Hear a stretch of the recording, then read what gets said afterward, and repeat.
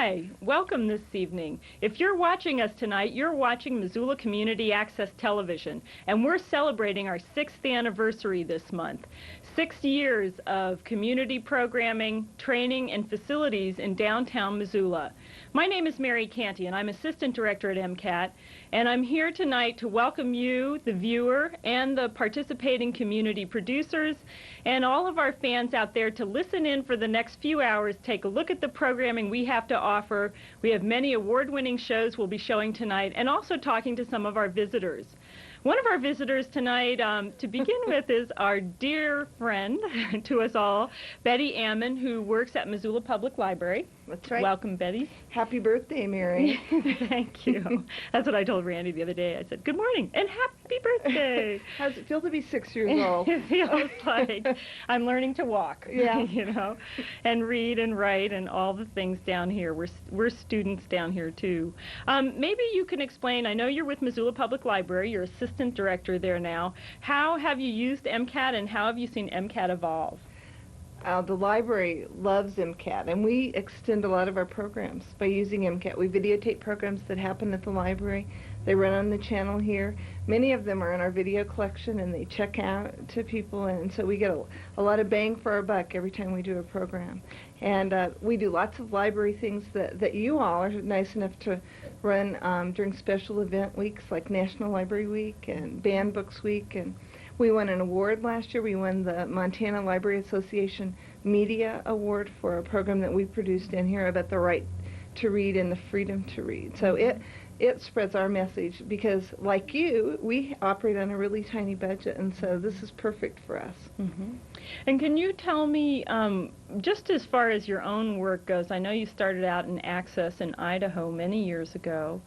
That had some unexpected results. Yeah. But pleasant. Pleasant, right. yes. And then what would be considered your favorite shows? I mean, what ties you in your own work shows and that ideas? I participated in? Things that you've really liked. Well, you know, we were talking earlier about how much more fun it is to do live things because it is. And in Idaho, the Access station was in the library. And we did a live show every Monday night for an hour that was a video magazine, and I did library news every week, and I loved that. That was fun. And it was also really nice to wheel cameras out of the studio and do live library programming. So those are my favorite things. I like live shows too, and we've done some real spectacular ones because we can do live things from the library. So it sounds like that's something you'd like to keep doing. So when you think about MCAT in the future, if you think about 6 more years, what kinds of things do come to you, or like what ways does a place like MCAT and a library, a public library, mesh, I guess? Well, we basically have the same mission. We are in the business of providing information for the public, and MCAT and the library can do that more and more and more. We just need more people helping us do that. You know, we need to be able to take time away from our jobs to concentrate on some aspect of this. But yeah, that freedom of information is perfect. And in fact, I see MCAT and the library doing more and more as we get into electronic information resources and doing that together. So yeah. More of that. Let's explain that for a second, because I think people don't realize, they think of us as television access only, but actually the premise for who we are and what we do, which is similar to the libraries, is that the idea of access to information of all kinds, and television is for all people. Right. Yeah. For really community people, not just the people who can afford it. Exactly. But how do we really make information accessible and useful to people? I think beyond accessible, how can they get the tools that they need to use it in their everyday lives?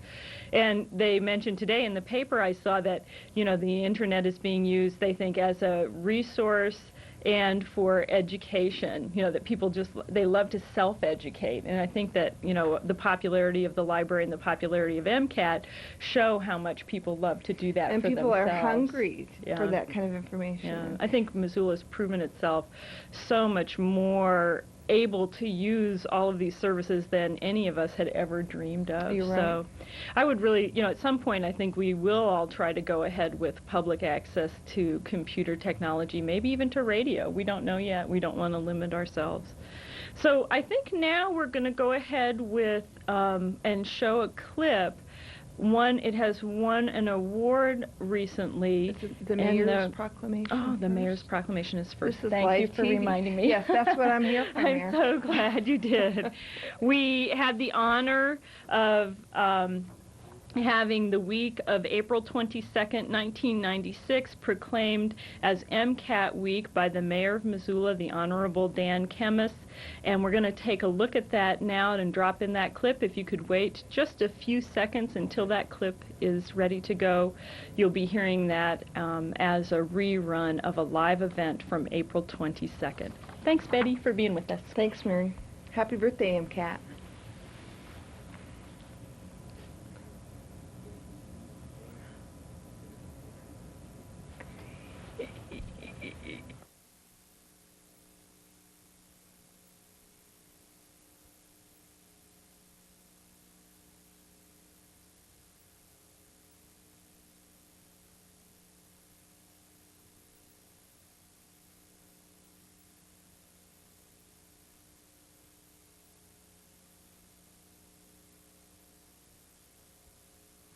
Our next proclamation is a proclamation of Missoula Community Access Television Week. Whereas Missoula Community Access Television, MCAT, is celebrating its 6th anniversary of cablecasting public, educational, and government programming on April 22nd, 1996. And whereas the City of Missoula government has become more open to the public through the live presentation of City Council and Local Government Study Commission meetings, plus special projects by City Council and departments, including engineering, fire, and the Office of Community Development, which is now the Office of Planning and Grants. And whereas hundreds of community organizations take advantage of the community message board with 92 new public service announcements added every month, and whereas the number of statewide, regional, national, and international awards presented to MCAT producers and their work is 38 and counting. Now, therefore, I, Daniel Kemmis, Mayor of Missoula, do hereby proclaim the week of April 22nd through the 28th, 1996 as Missoula Community Access Television Week and wish MCAT continued success. Congratulations. I have the original of that if you'd like to receive it here, Randy.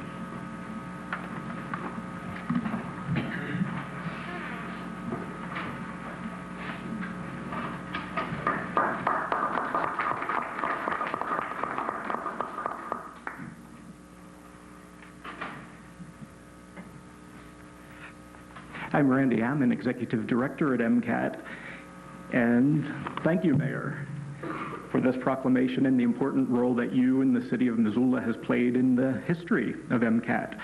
I'm proud and happy to live in a city that supports community-based media like KUFM, congratulations, and community access television. As the Mayor mentioned, today, April 22nd, Earth Day, 6 years ago, was when television programming of the people, by the people, and for the people of Missoula began running, or an MCAT. The statistics summarized in the proclamation are impressive for any community, especially a city of our size. The MCAT staff and board of directors are proud of the accomplishments of the thousands of Missoulians who have been active at MCAT. Producer and board member Gene Bernofsky and I returned yesterday from the Alliance for Community Media Northwest Conference in Olympia, Washington, after picking up 3 more Best of the Northwest awards for MCAT producers.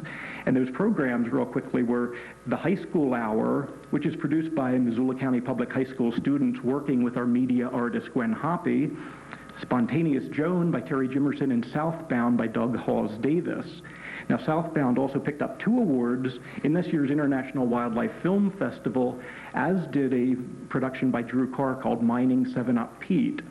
All of these award-winning programs will be presented on MCAT next Monday, April 29th, as part of the 6th anniversary of Community Programming Celebration. And since there's no regular meeting of the City Council, we urge everyone to tune in to MCAT starting at 5:30 p.m. on Monday between 5:30 and 9, and again Tuesday, April 30th at 12 noon to see these programs in their entirety and words from the producers. Thanks very much. Thank you.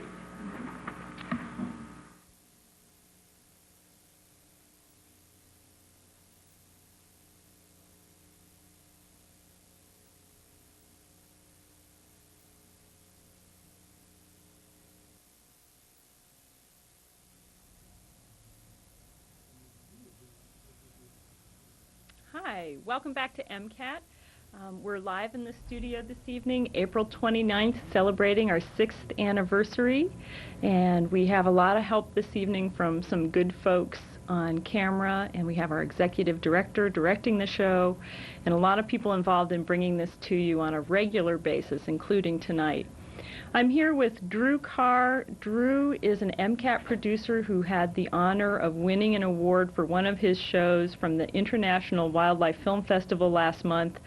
Drew, tell me a little bit about your show, and welcome to MCAT again. Thank you. And tell me a little bit about your show. Well, my show is called Mining 7 Up Pete, and it's about the proposed cyanide heap leach gold mine for the Blackfoot, which would be the largest in Montana's history and one of the largest in North America. And so I thought it was important to bring some kind of visual images of what we might be able to expect from this mine if, in fact, it occurs on the Blackfoot, and what we might be able to expect in terms of the environmental impacts, and also a little bit about socioeconomic impacts as well. Mm-hmm. So what was had you produced a lot of documentaries before? No. As a matter of fact, this is the first time I ever picked up a camera. And when I first sort of conceived of the idea, I wanted to bring about some kind of advocacy towards learning more about what it meant to have a large cyanide heap leach gold mine in your backyard. And immediately I thought about MCAT, because MCAT's the only way that someone like me who doesn't have the funds and doesn't have the resources can put on a show like this. So I took a very quick MCAT class and got the ball rolling, paid a very small fee, and you know, the staff of MCAT has been there every step of the way helping me, and now it's just it's all, you know, my first video is history, and I'm raring to do my next one because it was so much fun. But do you have one planned? What yeah, are you thinking actually of? I do. Well, I want to stay on this theme for a while. It's an important one for me because mining on this scale, it's not easy for anybody to understand unless they can see it. Mm-hmm. And that's what people tell me after they see the video is, I had no idea. Mm-hmm. When I show them shots of Zortman Landusky, which Gene Bernowski actually took the video, the aerials of, or if I show them, you know, with the Golden Sunlight mine, they're amazed. They can't, you know, the visual impact is what gets them. And then everything after that, the audio, what people have to say about it, just adds sort of fuel to the fire. But the drama and the thing that affects people is, wow, that could be in the Blackfoot. Well, so I'm going to continue this, and as a matter of fact, Phelps Dodge Corporation is the corporation that is proposing this. They have the majority of the holdings in the 7 Up Pete joint venture. So I'm going to continue researching that and taking some video, possibly even down in Arizona, of some of their larger holdings. Mm-hmm. So. Great. And that's sort of my next project. Neat. Well, I should tell you as a staff person here that it's the kind of work that you do, your enthusiasm and your interest in being able to complete a production really lets us keep going with what we're doing. You know, it's really exciting for us, especially with first-time producers, to see, you know, that, I mean, look, you had a good idea, you did it, and now it has this tremendous impact in our community, and so we get a lot of excitement from that too. And I want to reiterate that Drew Carr's, this is the producer Drew Carr, and his show Mining 7 Up Pete just won 2 different awards from the International Wildlife Film Festival, one for Best of Category as an amateur producer, and one is Merit Award for Investigative Journalism. So we're very proud of you. Welcome again to MCAT. And now we'll take a look at Mining 7-Up Pete by Drew Carr.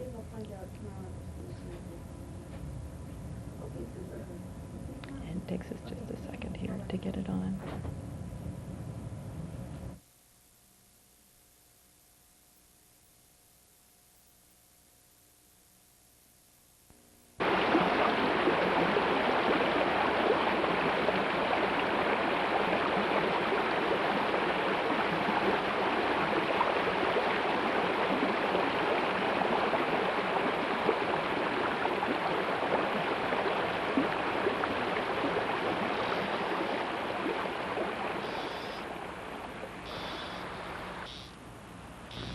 Well, you have to, first of all, you have to realize that I was born and raised on the Blackfoot, and so I have a lot of memories. My grandfather on my mother's side, whose last name, by the way, was Fish, F-I-S-H, was a serious fly fisherman. My great-grandfather on my father's side was a fly fisherman. Gramps, we used to call it. My father was a fly fisherman. And so I have a tremendous number of very fond memories, even when I was very young. I fished 6, 7, 8 hours a day as a boy prior to 12 years old. 14, I guess.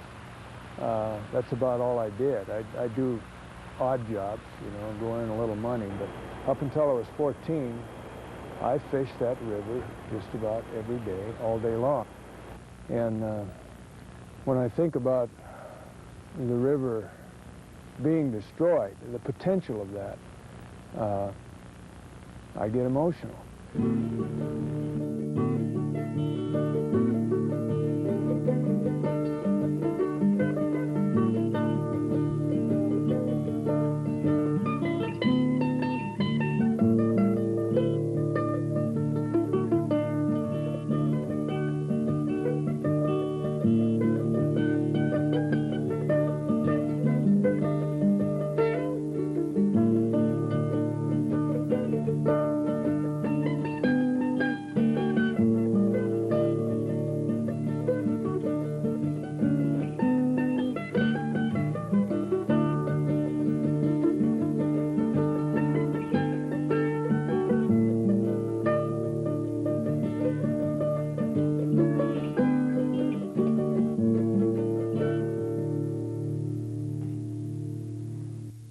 What's Montana's family river?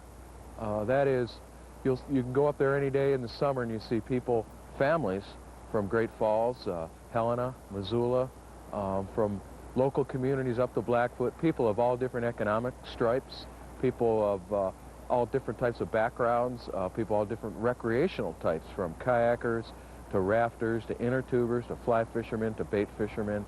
It's a really great thing about the Blackfoot. It has a lot to offer everybody in Montana. You don't have to be wealthy to go up and enjoy it.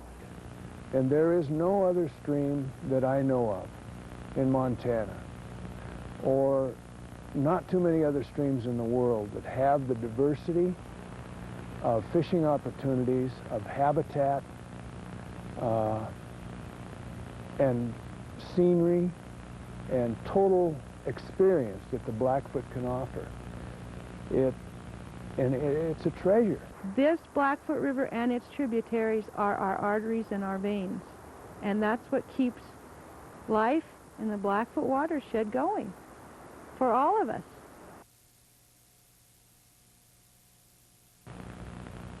I think I heard about the proposal, the possibility of another big mine on the Blackfoot. I probably suspected it when I first saw some of the dirt moving that was going on exploration. And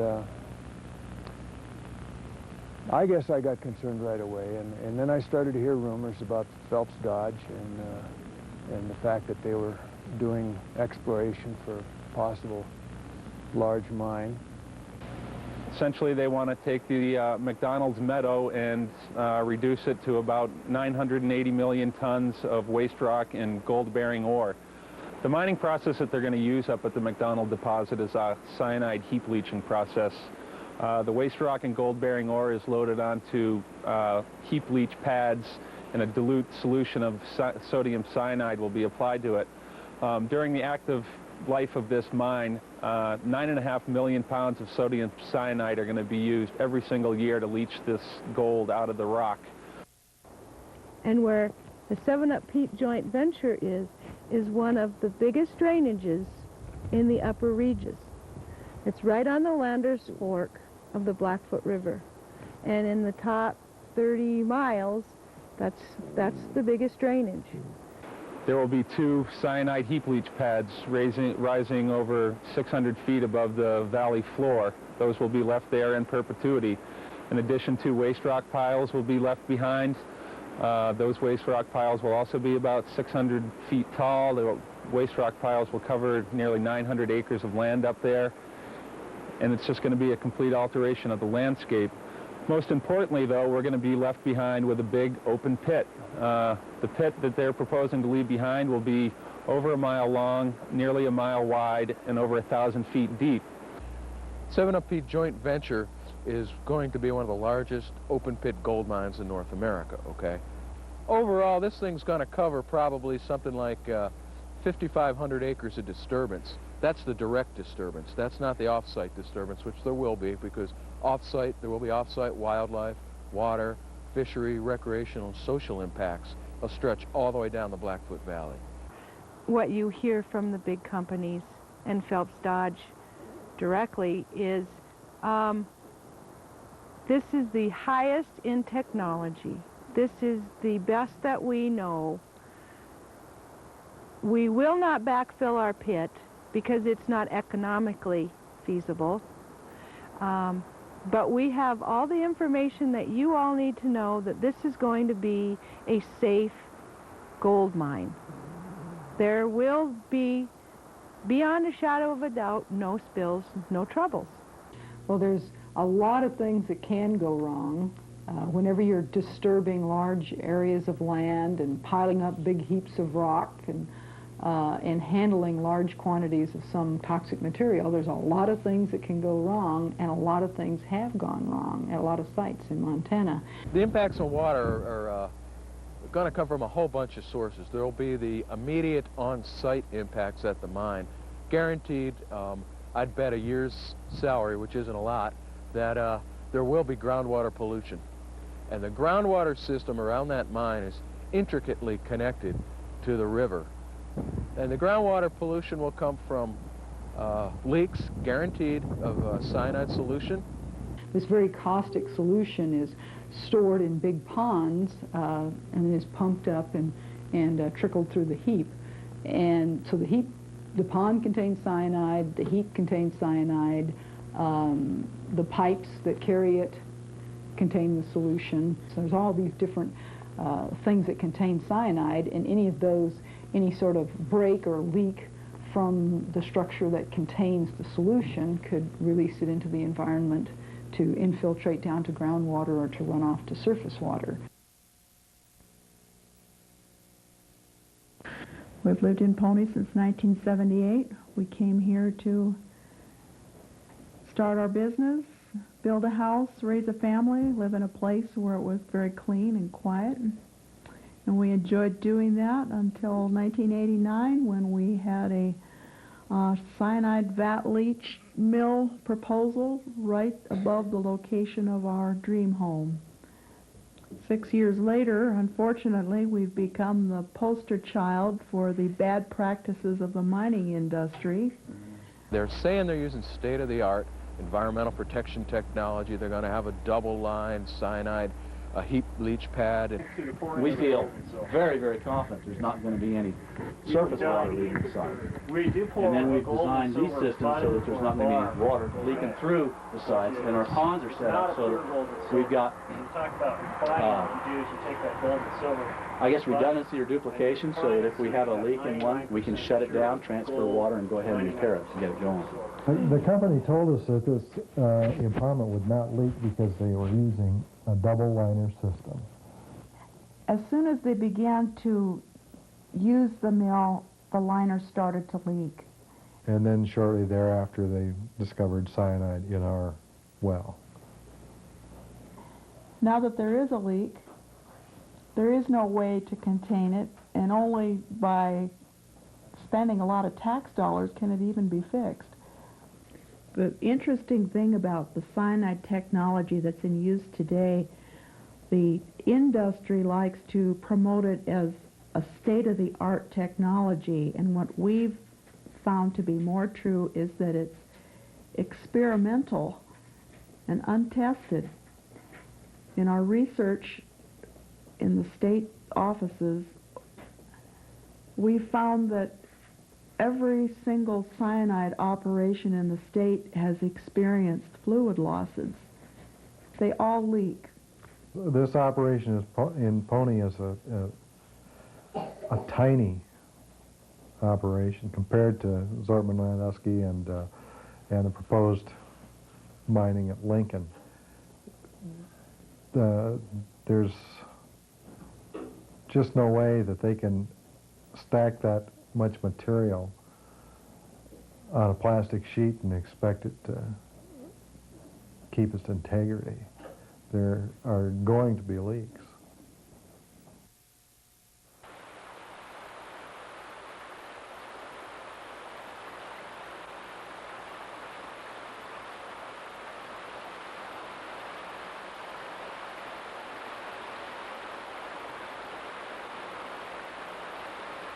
Another big impact at some heap leach sites, and that's the problem of acid rock drainage, as it's called.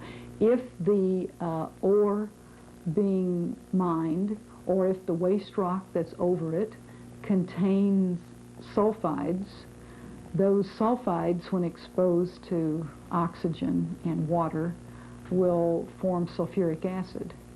And the sulfuric acid can then dissolve heavy metals, many of which are quite toxic, out of the rock and flow from the rock that produced them. Acid mine drainage, the problem with it is once it's tapped, once it's released, you got it for a long time, through geological time. It's a genie you can't stuff back in the bottle. And this very acidic water that's now laced with toxic heavy metals and also another nasty substance called arsenic can be in it as well, can flow into surface waters or infiltrate down into groundwaters, contaminating them.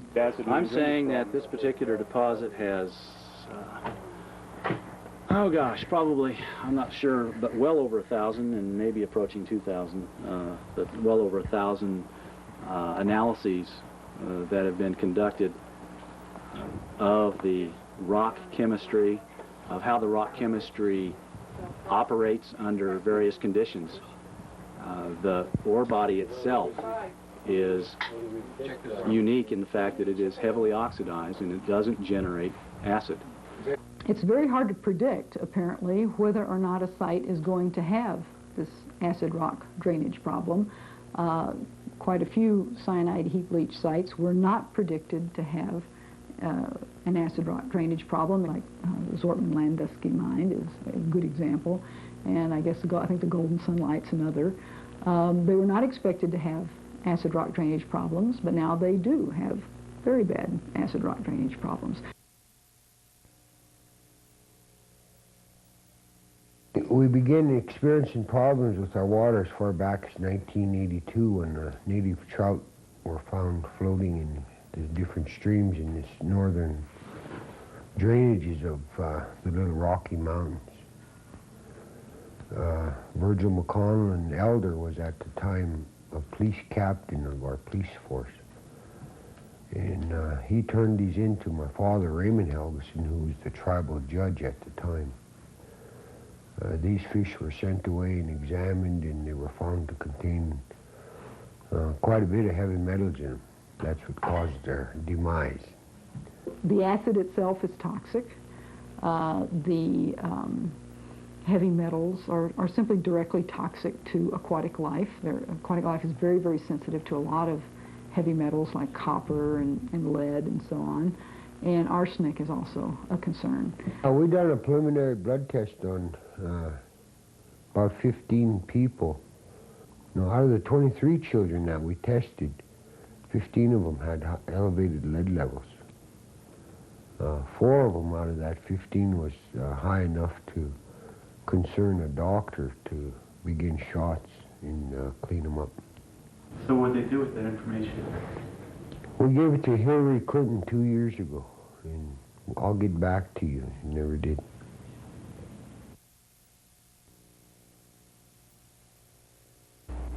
Yeah, just upstream from where the 7UP Pete joint venture is proposed to be located is a historical mining district called the Heddleston Mining District, and the very headwaters of the Blackfoot River, several small tributaries up there. There are 2 mine adits, that is, old underground mine workings, the openings, that right now are kind of spewing out acid mine drainage. It's very colorful, real orange, because what you see is iron oxide. It's one of the products of acid mine drainage. Around 1987 and into the first part of 1988, we started hearing concerns from Blackfoot Valley residents and also longtime fishermen in the river that you know, they had a feeling that the numbers of game fish and the sizes of game fish were declining in the Blackfoot River.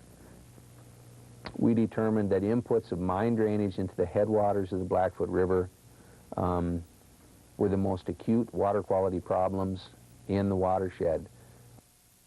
The main problems that we found affecting the Blackfoot River were, number one, was mining. We're starting to show fairly major impacts in terms of low numbers of fish, and particularly in the upper areas, loss of young of the year or reproduction of fish. Even as a boy, I had fished the river above Lincoln, the Blackfoot above Lincoln, and there was a wonderful native cutthroat fishery up there. And I guided clients above Lincoln in the Blackfoot up until 1975. After 1975, and what is this, 20 years now, I have yet to find a reason to take people back up there to fish. We have not seen recovery in the headwaters over these last 20 years. It's actually gotten worse. It clearly points out the persistent nature of mining-related impacts. They don't go away by themselves. These kinds of insults don't heal themselves readily. I think we got some serious problems out there, and we need to be thinking about getting a handle on cumulative effects and turning the current trends around rather than adding insult to injury. And I would conclude that yes, I think we are reaching a threshold in the Blackfoot. I think the status of the bull trout in the Blackfoot drainage is an excellent indicator, because the bull trout is just like the miner's canary. It's an indicator of very clean water. They do not tolerate sediment in their natal, spawning streams, sediment inputs at all. The fact that the bull trout is in serious trouble in the Blackfoot watershed, and there are, I believe, only 3 significant spawning populations left in that watershed. And the 3 spawning tributaries that are important originate, for the most part, in either wilderness or relatively undisturbed watersheds. And, there's a message there. That's all that we've left them. There's 3 main tributaries in the Blackfoot that those fish spawn in: the North Fork, Montour Creek, and the Landers Fork. The Landers Fork runs right next to this mine. The last thing we want to be doing is putting a large mine on top of a critical part of the remaining habitat. That's what's being proposed. So the bull trout is a key indicator for the health of cold water ecosystems in western Montana. If we cannot maintain these cold water ecosystems, we're going to lose more than just bull trout in the future.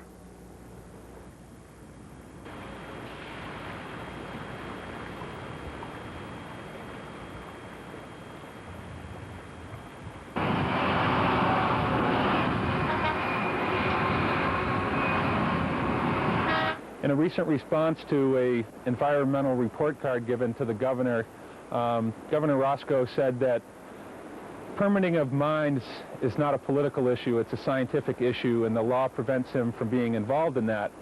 But there's a couple of things that I think about when I hear the governor say that. One is, the science isn't there. When you look at science, you also have to look at history. What has been the ability of the mining industry and the regulatory agencies' ability to predict with accuracy what the, the environmental outcome of hard rock mining will be? It has been awful. And what we have to look at when we see that is, well, who permitted these mines and who's enforcing them? And the answer is the Department of State Lands, the same people who will be permitting this mine. We need to look if they've done a sufficient job in the past in permitting and assuring that environmental resources and water resources are protected. From the track history of these mines, it doesn't appear that they have. And what can they do to assure us that things are going to be any different at this project? Senate Joint Resolution 28, passed in 1993, requested our office conduct a performance audit of the Hard Rock Bureau at the Department of State Lands. I found this hard rock audit to be incredibly disturbing. Discussions of non-compliance, discussions of failure to notice violations of the law, discussions of penalties arbitrarily reduced. One of the things that I found most disturbing about it is just what it says about the job this department's doing and what it says about our ability as the public, our ability to trust that the laws are being enforced. Contrary to what some of the public may think, the Montana Constitution and the Metal Mines Reclamation Act envision the taking of natural resources by mining if certain requirements are met as outlined in the Reclamation Act and MEPA. The Hard Rock Bureau's role is neither to promote or inhibit mining, but only to fairly administer the statutes and in that way meet the intent of the law to provide for the environmental and public protection. We were under the impression, as most of the public is, that applying for the permit indicates that there will be at some time a determination made whether there will be or will not be a permit, and that's not the case. Once the permit application is complete, a permit is written. There has never been a permit for mining denied in the state of Montana. Clearly, the pattern of this report documents consistent difficulty with accounting for processes and practices of the department. And contrary to editorial interpretations, the audit findings do not necessarily translate into environmental damage. Why did the department grant a permit to a mine on unstable ground and cause that mine now to have significant economic consequences, and the people in the community and that work for the mine, they don't know what their future is. It's had some other problems that you're aware that we've had concerns about, but you got a landslide under a big mill. And now we find out that that information, that geological knowledge, could have been gathered. The Zortman-Landusky mine. We've got serious acid mine drainage problems up there.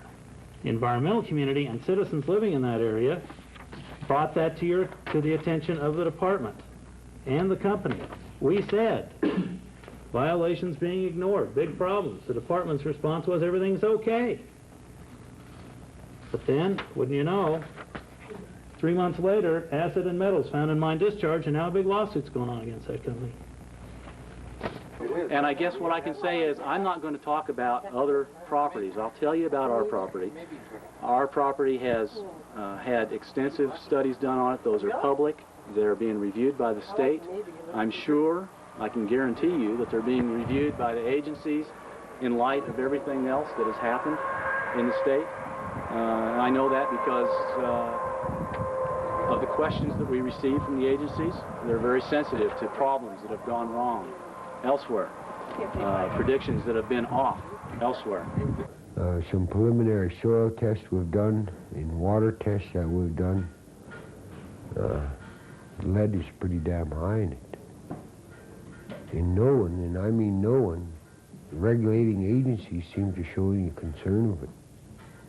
The mining industry have the influence of politicians and whatnot. So they are the real culprits, but they alone cannot do these things without having the blessings of the regulating agencies.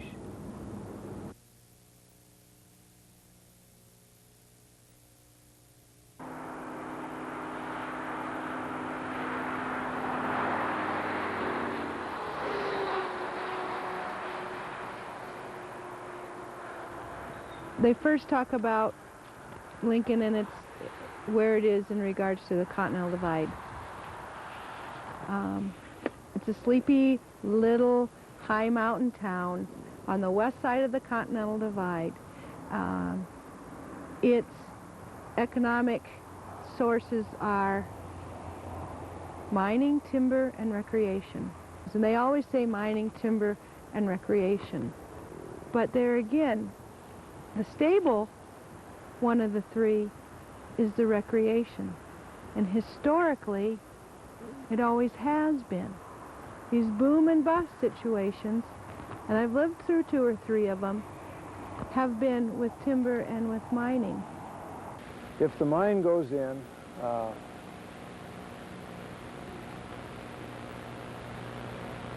my interest in Lincoln business-wise is going to wane. There's no way around it, because the interest of my clients won't be there.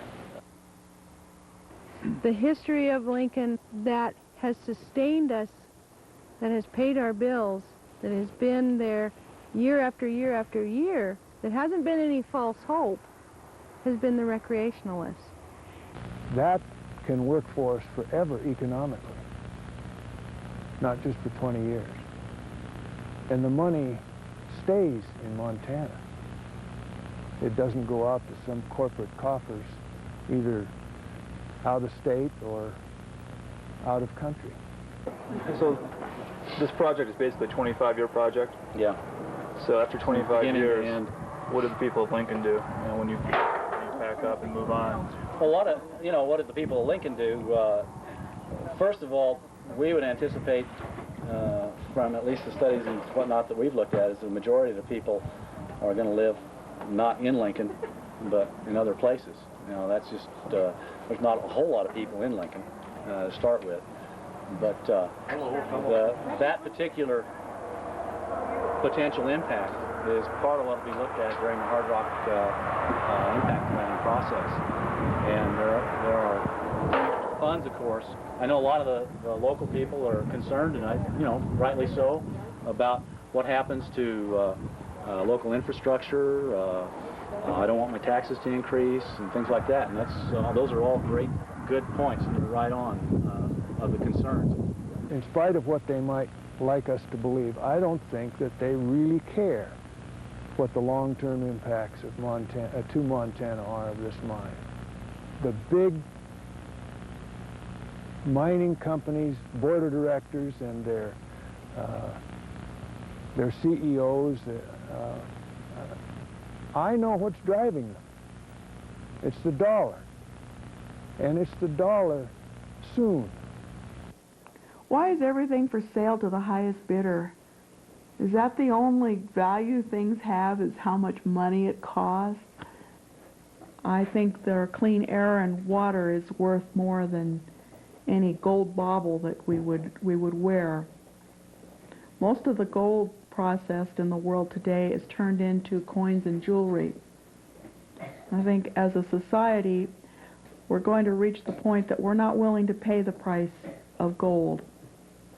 What we have done in the past, and what I'm afraid we're going to do again, is we're going to make decisions to help those of us that are here now financially, and our heirs will pay for it. Our heirs will pay for bad, unwise decisions that we make now, such as the 7-Up Peak joint venture. There's something about being able to give that river to my kids that you can't put a dollar to.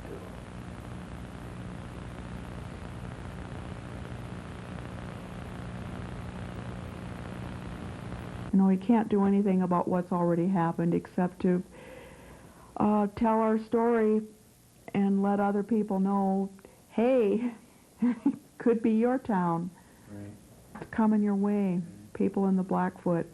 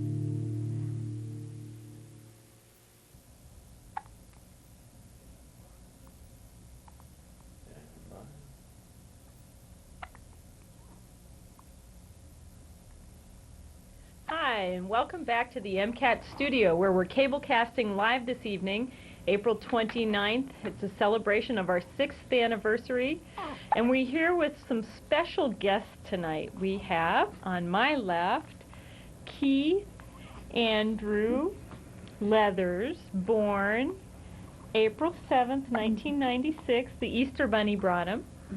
And his mom, Lori Hudak, who Lori and I job share the assistant director's position down here at MCAT.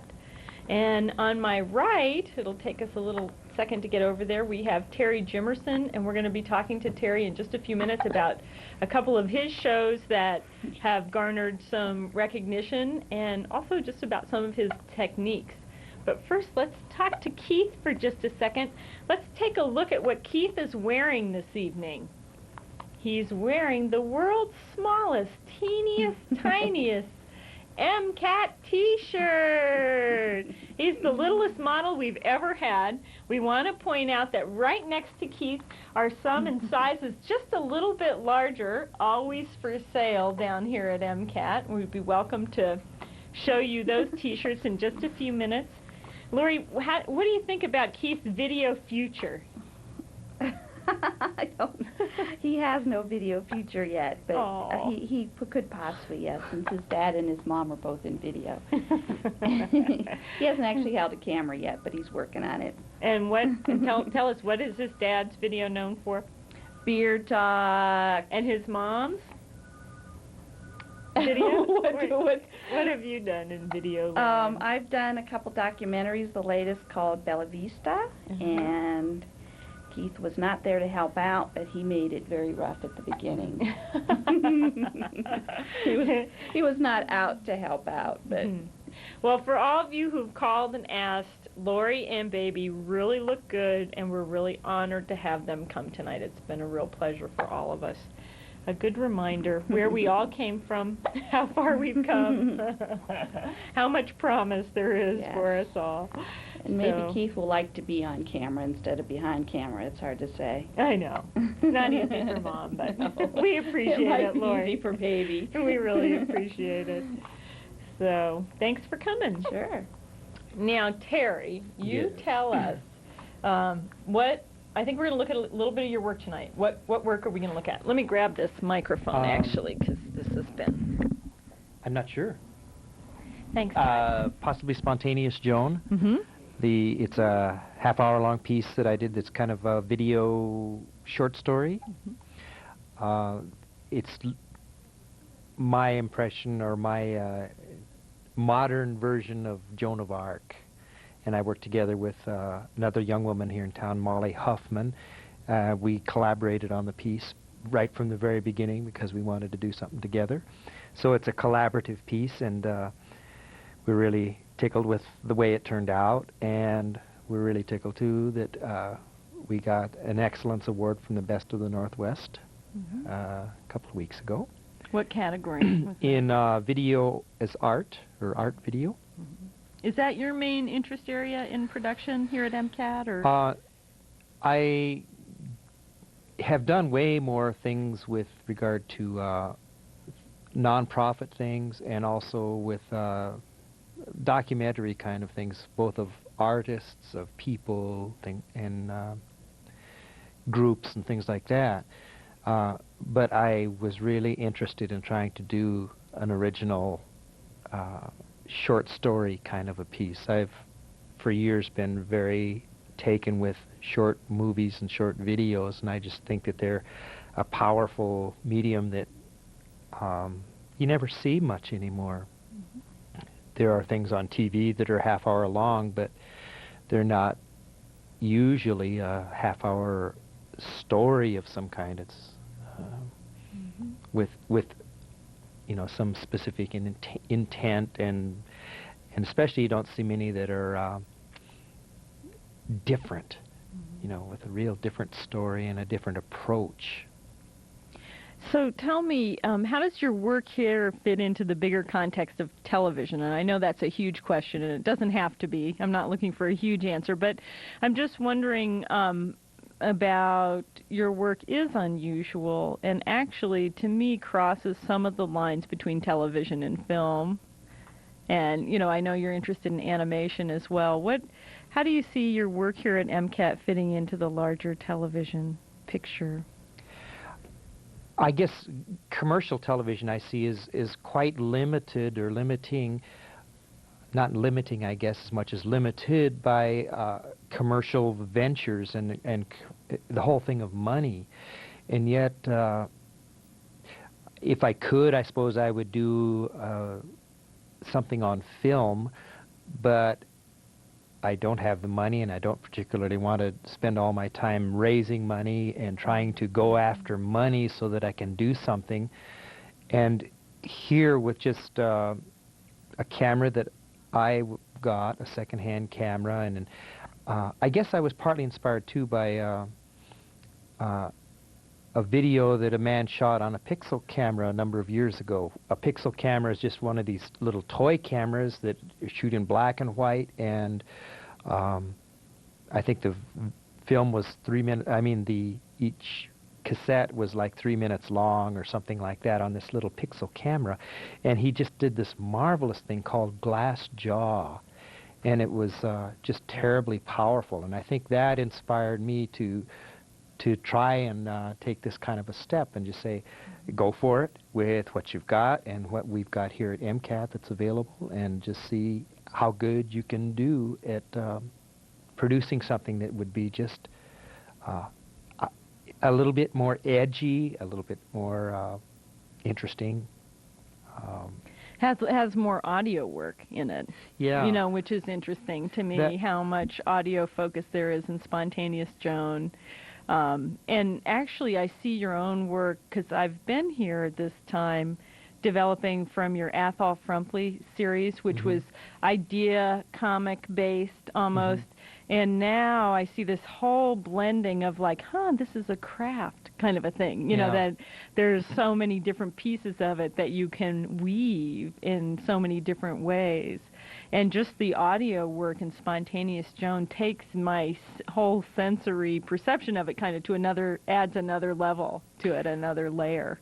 I think that in looking at that glass jaw piece, it was one too that focused, it was the whole narrative in it and the sound in it was what it was based on, and the visuals were what came in on top, in a sense, over this wonderful narrative that he had written. And so I think that's part of my inspiration again there, is that audio is the hardest part of almost any video, and so if a person actually starts or focuses on that, and then you can always, I think, even get your video later if you need to, if you have the whole audio part in some kind of an order and what you have and what you need. Why, I think it's really interesting. Another thing that keys me in on that as well is that so many ads on TV now, they make them where the same ad is on radio, and the visual again is something that's there is an extra almost because it's made for radio and TV. And I think because I was raised with radio and I loved radio mystery and all the things they could do on radio, and I got to create my own visuals for it, that's the most exciting way for me too. Well, for me, in my own work, that I ended up being led to the same place, that the audio is really the heart of video, or can be, in the most subtle way. I mean, in ways that people don't even really pick up on until maybe later, that it evokes such a feeling. You know, the music does, the sound effects do, the way that that's all put together. And I know in Spontaneous Joan, it starts with audio, and it's a great audio sound, and it's a neat, I really like that a lot. Now tell me, we're going to look at two clips now and take a few minutes to look at your work. We're going to look at Athol Frumpley, and that was produced when? When were you working on that series? That was about the second thing that I ever did. The first piece I did when MCAT started it up was that I had gone to Nicaragua in 1990. I was one of the lucky ones that got to go down there to be election observers, and I took a camera down and brought back the video, and that was the first thing that I started to do the moment MCAT opened up. And then the next thing was doing this kind of a silly interview with this character I created, Athol Frumpley, reporting, and it's called Raw Footage, and we just went out and took a lot of fun things that whatever hit our fancy, and we'd take the camera everywhere we went, and we'd do these different bits, till one that I really liked that seemed to go over really well was one called The Flying Atoll, A-T-H-O-L is the guy's name, and it involved filming outside and in here with chroma key, and it was just really a fun little piece, and I got some awards for that one. Now, what was the question? That's a good question. There, you're done. I just wanted you to describe that to us, because we're going to take a look at both of those pieces. I want you quickly, as a way to conclude this before we look at your work, tell me, where would you like MCAT to go in the future? What are some of your ideas about how we could change the facility or keep some of the things going that you think work? Or, I just want to hear some of your ideas, creative ideas. They'd all have to be put on the fact that I just consider it just a tremendous privilege to have this and have this available. I think it's been one of the most incredible resources available to people here in Missoula. And as far as where it would go from here, I know the facility seems a little small, and it would be nice at times to have more room and more space because there are more people getting involved. At times I thought that it should be, if it could even be connected somehow with the school system.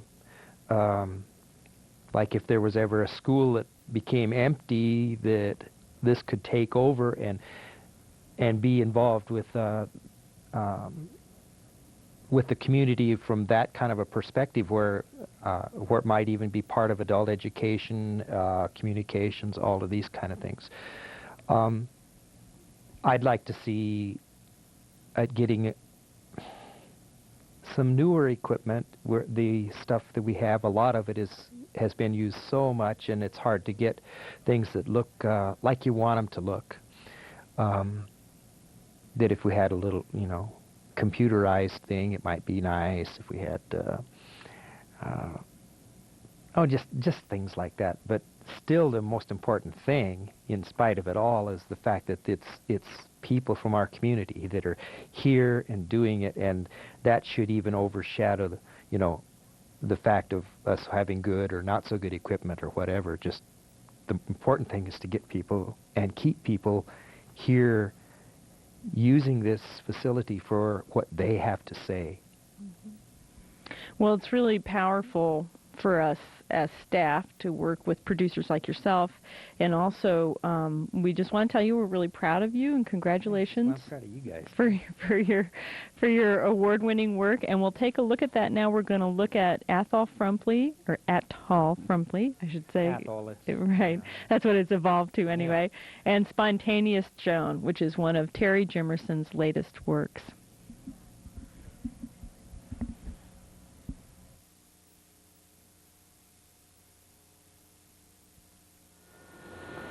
Raw footage. Raw footage.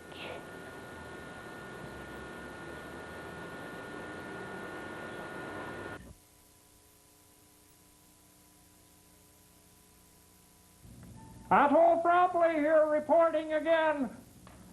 We've just been reading all about John Sununu, and he is probably going to be on his way out. Well, I'm trying out some new forms of transportation here, to see if I could possibly get the job. Hello, White House. Hello, White House. This is me. You see, I could communicate wherever I am, and by golly, this thing goes, So, if you see me on TV next time, it might possibly be from the White House. It's Athol Frumpley here, zipping along. Howdy doody. Yeehaw.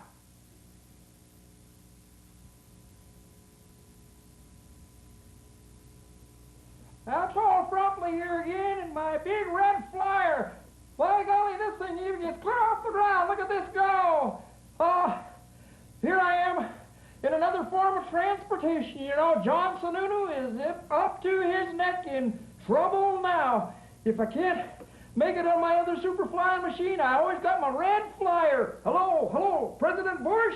President Bush, where are you? Come down off of wherever you are. It's a big, important time right now. Yeah, it's time for vacation. Okay.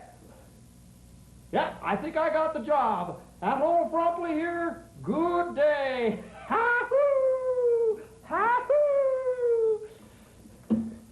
Go, little red wagon, go!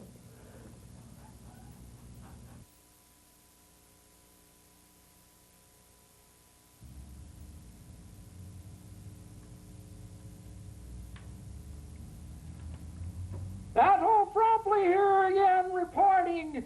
Found another way of traveling. This one goes beyond even what Sununu can do.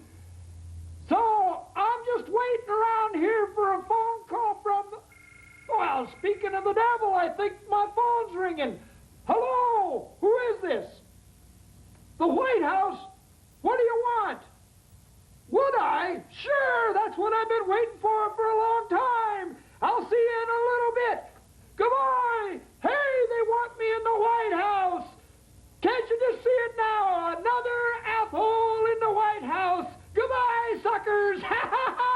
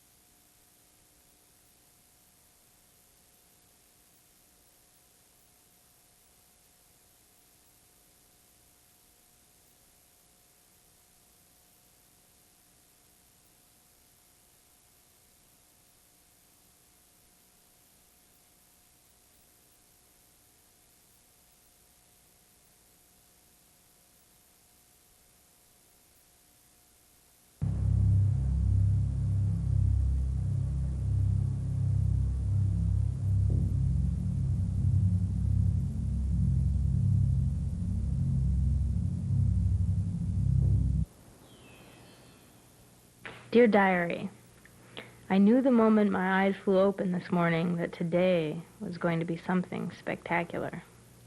Waking up from my dreams in that land where nothing matters is almost always upsetting to me. To try and pinpoint what I'm doing with my life and how I feel about this world is nearly too much. But today was going to be different. My dream was not just a dream. It was my future and my past and all of my struggles laid out for me to see. I just had to wait to find out how things were going to turn out. In my dream, I was in a church. A beautiful church, the kind you see in movies, with painted ceilings and stained glass windows.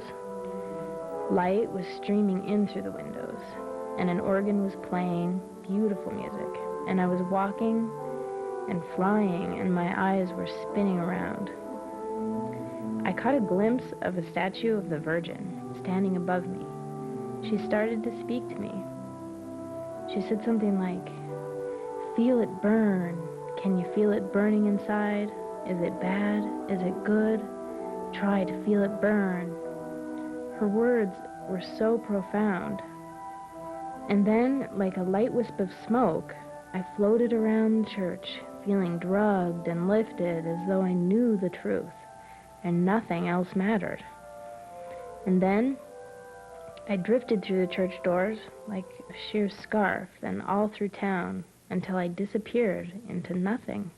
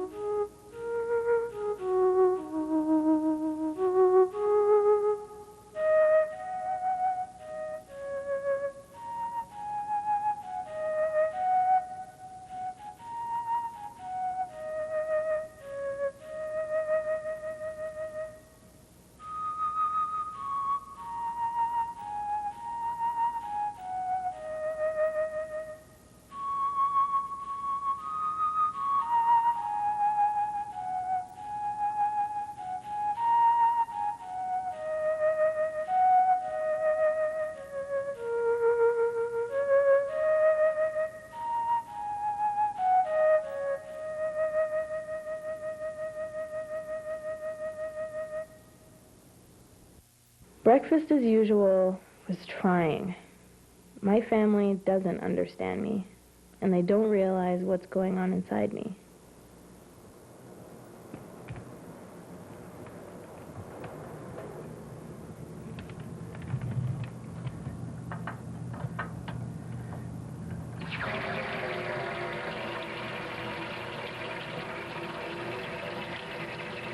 Why are you dressing this way? You seem to be dressing stranger and stranger. I think someone else is influencing you. It's certainly not my influence. Did you pick up your room like I asked you? It's such a style. If they only knew. But there's no way to explain myself. If I would have tried to describe how I feel about my dream, they would have called me crazy. They do call me crazy. They call me depressed and unhappy. If they only knew what I was about.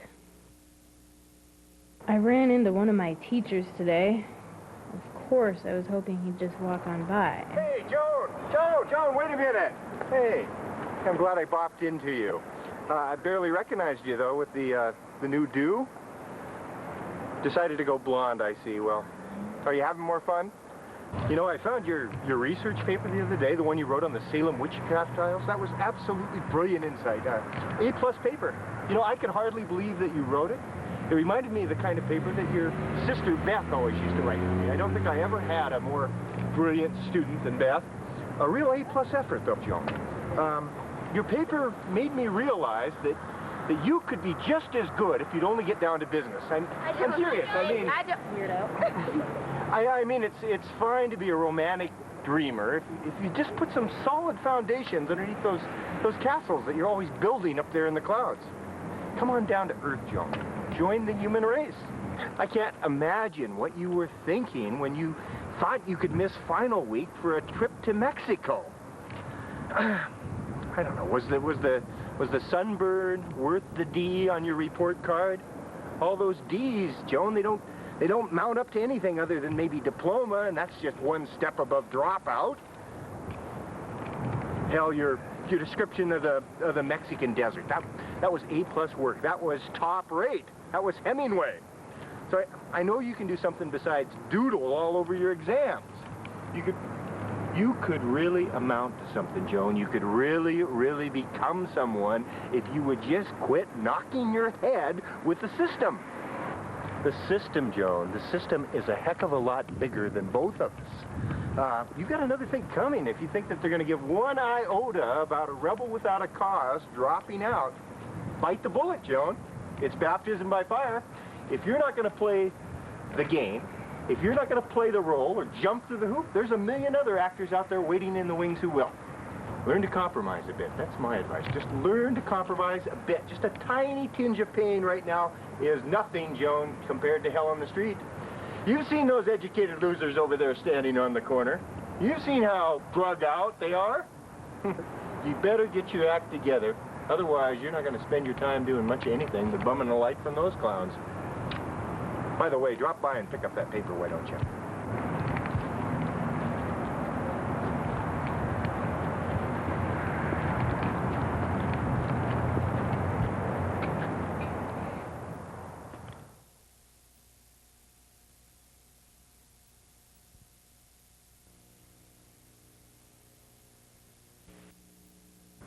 I don't know. I really don't know. They can say anything they can say. Well, I just think that the stars that go crazy, like Michael Jackson and stuff, I mean, half the reason why is because of the media that has taken over their lives. Really? And just driven them to insanity. What? Insanity. How long have you known Joan? Or Joan, how long have you known Betsy here? I wouldn't know anymore. Far too long. Almost since birth. We're like sisters, you know?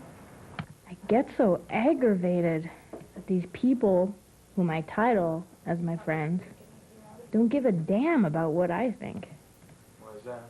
I'm not here to pretend anything. I'm not here to act as if I'm enjoying something that I blatantly despise. I think we should just go get some bottles and fill It's not my point to be rude. It's not bad. Why? It's just that the issues in my mind are things I hold on to in this material world. Because if this world really has any sort of importance or purpose, I feel they're the building blocks of a sane living on this planet. It's good to hug yourself. I like you, Bets. I always have. I never did. I tell you straight up. I do like straight talk, and I'm all for it. Well, I wouldn't be so touchy with her. What do you mean? I mean, I don't know. I've had a few beers, and I get kind of prone to straight talk. I get prone to straight talk. Not when you've got a commitment. Honest. What do you mean? I mean, honesty is the best policy. Maybe you two should just run off together then. I don't know. I'm thinking, you know, short-term kind of stuff seems more what I, you know. You haven't even asked me if I was interested. I'm glad you've told me that before. So many humans disregard all of these things and continue to live strictly for entertainment. I know I don't want to be around to witness the mass deterioration of this pitiful planet and its inhabitants for much longer. I like straight talk. If it were inevitable that I lived forever, I would put effort into the things I believe in. But as far as today goes, I'm finished. I think I've done enough. And I know I've had enough. Something is going to change for me. I don't have to worry about it anymore. I don't have to listen to senseless baloney any longer. Something has begun way down deep inside. There's no turning back. Not that I would want to. I just know the timer is ticking. And for once in my life, I can relax and feel secure about being me.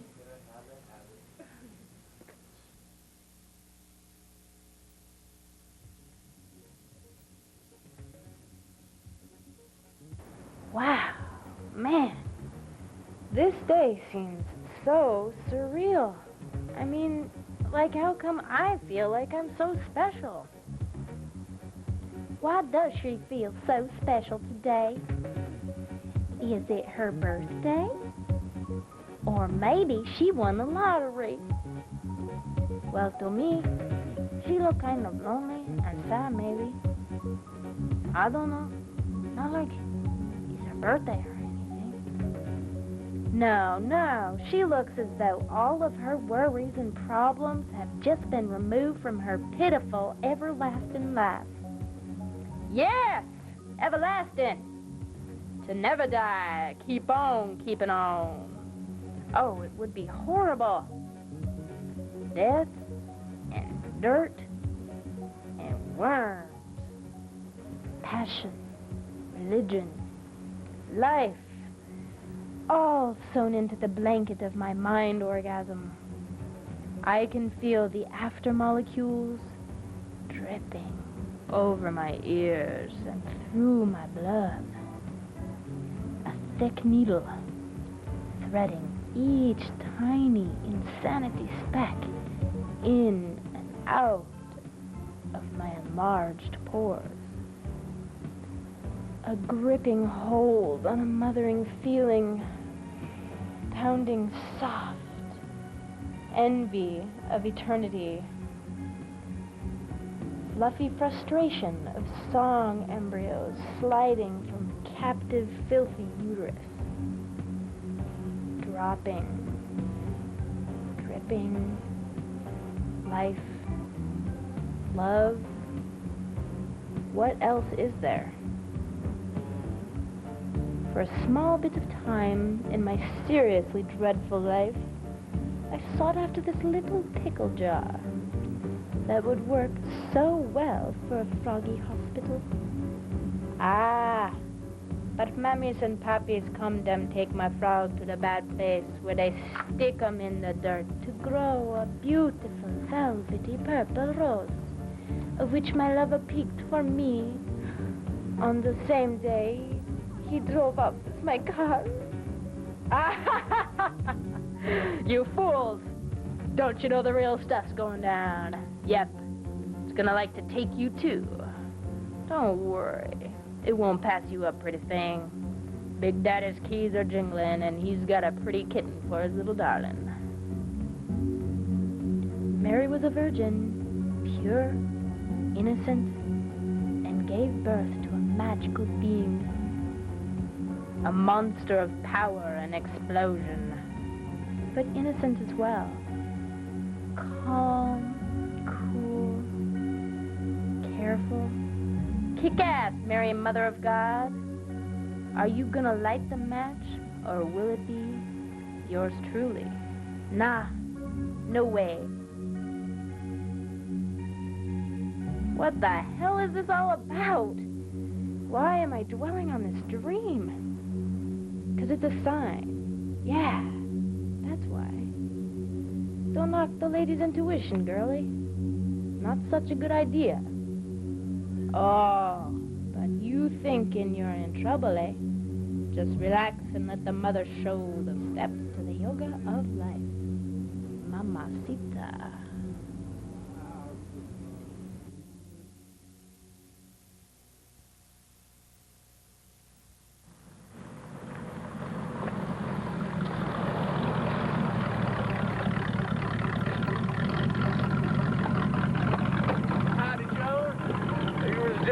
I was looking for. Come on inside. Come on inside. So what are you doing today? What were you doing walking around? I've just been thinking. Oh, yeah? Yeah. About what kind of stuff? Oh, just, Your kind of normal stuff. I guess. I don't know what else I'd be thinking about. I have been looking for you, though. I had a hunch that I would find you. Really? Oh, yeah. Oh, yeah. Why are you looking for me? I don't know. I had some things on my mind. You know, it's Friday night, and, well, my parents are out of town. Oh. Yeah. I was just thinking that you might, you know, want to maybe hang out with my parents, or at my parents' house, and maybe drink some wine, and, I don't know, I know of a party or two that we could go to, and, I don't know, you could spend the night and stuff. I just don't know what we're doing. I just don't know what is really going on. Why are we together? I mean... Well, I mean, what kind we of never question hang is out. that? We never do anything else together. The only time you ever want to find me is when you're I see. Well, yeah. thinking about going to a party and getting wasted and then going to your parents' house or something with me. Yeah. I know. I didn't, you know, that's not what's on my mind at all. Well, I know it is. You don't have to tell me that, but I'm just curious, you know, why do we do this? I don't know, I really like you a lot, and I thought we had a thing going, you know? And, you know, people that have a thing going, they do sometimes drink beer, and they sometimes spend the night together and hang out. But you're not interested in anything else that I do. You're not interested. I'm very interested. I'm interested in what you do. The things I value and... Yeah, I was thinking, you know, we could come down here to this park down here and maybe chit-chat a little while. Well, that sounds all right, I guess. People think I'm kind of a derelict and whatnot, but I don't know, I don't think I am. Well, you do what you want, I guess. Yeah. But I really do like you a lot, and I don't know, I wasn't trying to frighten you off or anything, but, you know, we've been seeing each other for a long time now, and well, you know, it's Friday night, and my parents are out of town, and, well, I don't know. Mm-hmm. Well, yeah, we'll see. I'll think about it. I just gotta kind of... Well, what are you doing for the rest of the day? I was just gonna get my crap together. Just kind of... Get your crap together. Yeah. Yeah. It's quite interesting. Don't you ever have those days? You just feel like everything's kind of coming to a... Oh, yeah. To a close? Well, last year when I dropped out of school, that's kind of when I started thinking that way. Mm-hmm. But, you know... Well, yeah. Yeah, I sense that you're kind of sad or full of melancholy or whatever. I don't get it. You're usually much happier or more chipper or something. I mean, what's wrong? Is it me? Are you frightened of me? Am I scaring you? Am I freaking you out? Am I being weird? No, everybody's making me feel the same way. What do you mean, what's the same way? Just sad? I don't know. This morning, I woke up and it's like everyone, I feel like the world is coming down on your shoulders. Well, it's all just one thing, and they all want me to do the same thing, and... Well, that's what I was thinking, you know, that's what I was thinking, that you would want to go to a party tonight and drink some beer and then stay at my folks' house. Well, I don't know if we it's don't have to do necessarily... anything what you're thinking, and, you know, even if we did do what we're thinking, I do, you know, I have the right kind of stuff, and, you know, to make it safe and stuff. Okay, whatever, you know, I might feel like it, but I just don't really... I don't know if I have the passion in me to be doing anything totally weird. Yeah, that makes sense. I'm just kind of like... Well, I mean, that doesn't make sense. It doesn't make sense to me at all. I mean, we've been going what I would call steady for a long time, and I really think that you should do this with me. I just as soon not really give you a choice at all. Well, And I'm not trying to be mean or anything, but, I don't know, it's just something. Well, if it's really important to you, I will do this with you. Will you? Will you? I would really appreciate it. I'd be very nice. Yes, I mean, if it is this important to you, I will. I don't want to be your enemy or anything like that. I'm just like...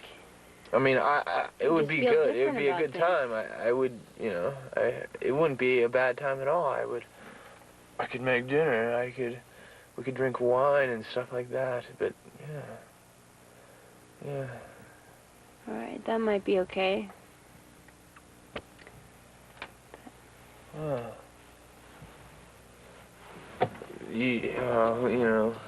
I don't know. I liked it. You don't mind me if I give you a kiss, do you? No. Do you at all? No. Thank nice. you kindly. You're very... See, and that's just kind of how I am today. I'm feeling kind of frisky and whatnot, and, well, you know. I wish you could answer me. Yes. I would like to know who this male is that pushes me around and attempts to get me to be comfortable with his forceful hands and impatient hormones. Kind of seems... I can honestly say that we have nothing in common. The thing is, I don't care about getting laid or whether he gets it or not. He certainly doesn't care whether I care, which makes for a very meaningful relationship between two people. He smells. He talks like an inbred, and besides all the exterior, he could care less about how I'm feeling in the midst of it all. Don't show your pain until you're alone. I find it very repulsive that I should succumb to this sadness. I'm just wandering with nothing to do with the time being. Oh, God, I can't wait for this bloody war to end. I'm melting. I'm melting. I'm melting.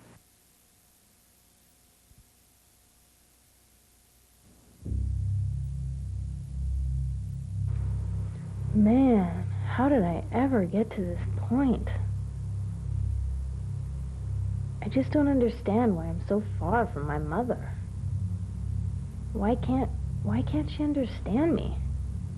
And just let me be who I want to be. Oh, my skin feels hotter than ever. I feel as though I have a fever. It's like there's electricity or something flowing through my veins. It's insane, but soothing in a way. I just have this contentedness inside me, as if tomorrow doesn't have any relevance anymore. Today is my day. I am me. Today is my day. I am me. I can't help being me. Today is my day. I am me. I can't help being me. My mother's opinion of me is nothing. My teacher's ideas about who I am or who I should be are nothing. This body that possesses my soul and tells a lie has no purpose anymore. It is an outer shell. It aches. It smells. It puts itself in uncomfortable places with other smelly, insignificant bodies. I could be so much more without it. I could be like the birds, soaring free through the clouds. I could be near the entity they call God. I could know this thing, figure it out. I could be anything, anywhere, without this body. No longer a female that men want to possess and abuse. No longer a child that adults want to look down upon, disrespect, and use.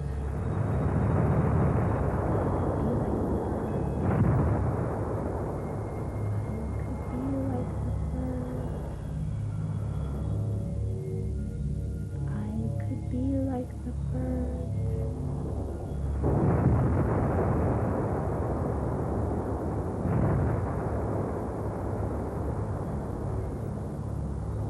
An 18-year-old woman whose name has not yet been released died in a fire late last night. She appears to have been sitting on the floor when the fire started. Her body was totally consumed by the fire, only pieces of bone from her hand and foot remaining. Nothing else in the room burned, but there was heavy smoke damage. Investigators are looking at this as a possible case of spontaneous human combustion. Throughout history, there is evidence of spontaneous human combustion, although no cases have ever been scientifically confirmed. Recent theories hold that somehow the body begins to separate into its main components, hydrogen and oxygen, both of which are extremely flammable. The investigation in this case is ongoing.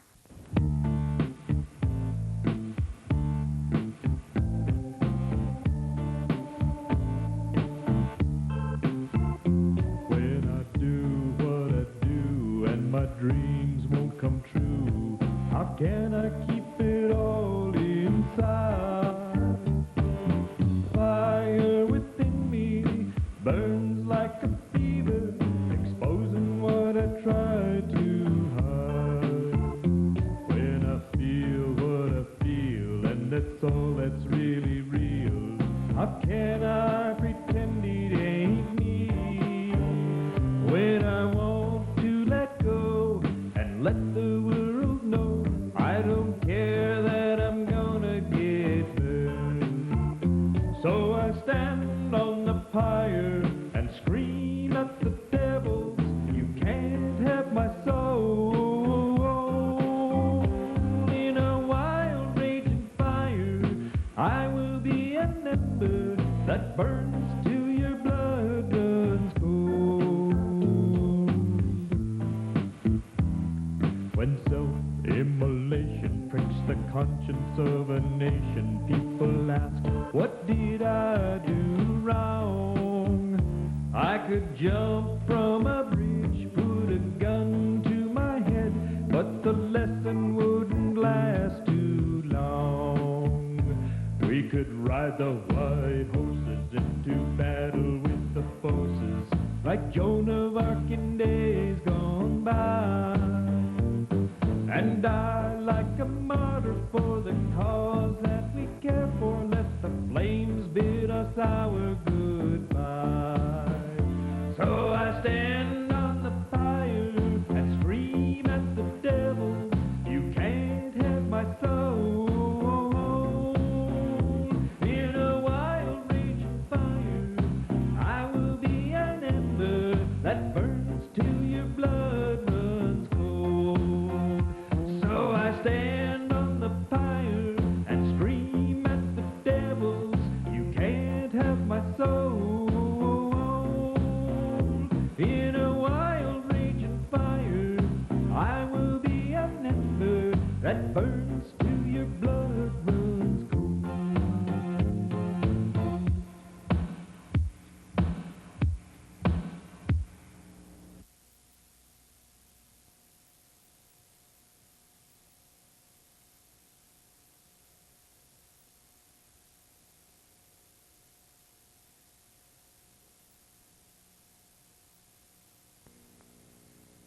Hi there. My name is Andy Thogerson. I'm here at MCAT Studios, and I'm sorry I can't be with you tonight, but I'd just like to extend my gratitude and my congratulations to Missoula Community Access Television for 6 wonderful years here in Missoula, Montana, and I'd like to extend my thanks through Collectively Yours, the little group we've started here on Channel 7. And we're seen on Collective Effort every first Wednesday at 7 p.m. Also Andy's Talk Show every once in a while. Who knows when that is? Guy Talk, and a few other assortment of programs. So hope you catch some of those. But thank you, Missoula Community Access Television, for giving me this opportunity to come down here and express myself in the First Amendment medium and take advantage of this lovely resource. And I hope you many, many, many, many more years.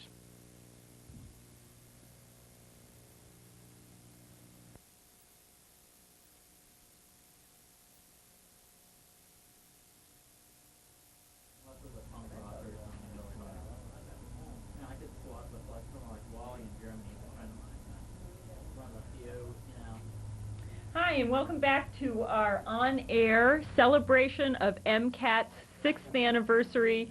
My name is Mary Canty, and I'm one of 2 assistant directors down here at MCAT. We've had a chance to look at some award-winning shows this evening and talk to the producers who made those shows using this community television facility. Our job down here at MCAT is to provide equipment, training, and facilities for folks who want to produce their own shows. If you would like to participate in MCAT, please feel free to come through one of our training programs. We hold them monthly for folks who haven't been used MCAT before. And the number to call is 542-MCAT. One of the things that we've done down here is to try and recognize that we have a commitment to media arts, in addition to media literacy and technical ability. And over the years, we've been lucky enough to get grants from the Montana Arts Council to run certain shows and invite certain filmmakers to come and do some work down here and share their expertise. And several years ago, we had filmmaker Julia Reichert come. We've held technical workshops over the years to try and get to be better audio producers, better video technicians, better at lighting. And one of the things that we did year before last was get a grant to work with 2 of Missoula's award-winning video art producers, Joel Baird and Rick Phillips. And they are folks who have garnered international awards for their video artwork, focusing on, they do mainly short pieces that have original music, script, and video composition that goes with them. It's really interesting work. It's state-of-the-art work. As I say, it's been recognized in many places beyond Missoula, as well as well-loved in Missoula. So a couple of years ago, we had the chance to get a Montana Arts Council grant and invite folks in from the community who wanted to learn some new video art techniques. And they came down to the MCAT studios for a couple of weekends and held intensive day-long workshops. It was something they participated in to produce their own video art pieces. And what video art means is it can mean any number of things, but in general, it isn't concerned necessarily with a storyline or with a consistent object-oriented narrative. It's more creative, uses some poetry in the visual images, and then hopefully some original music as well. We're lucky to have Rick and Joel participate next year as video artists in the schools. But what we're going to take a look at now, the next tape, is going to be something called Techno Dreams, which is the compilation tape from the video art workshops from year before last, sponsored by the Montana Arts Council.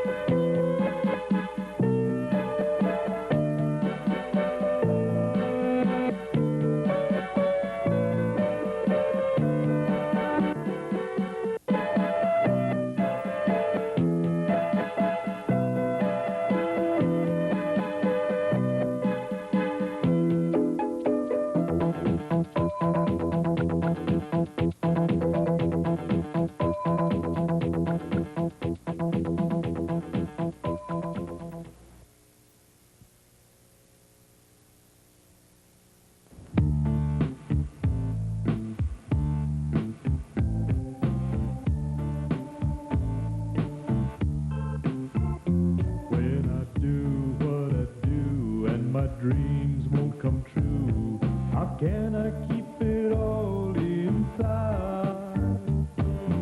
Fire within me burns like a fever, exposing what I try to hide.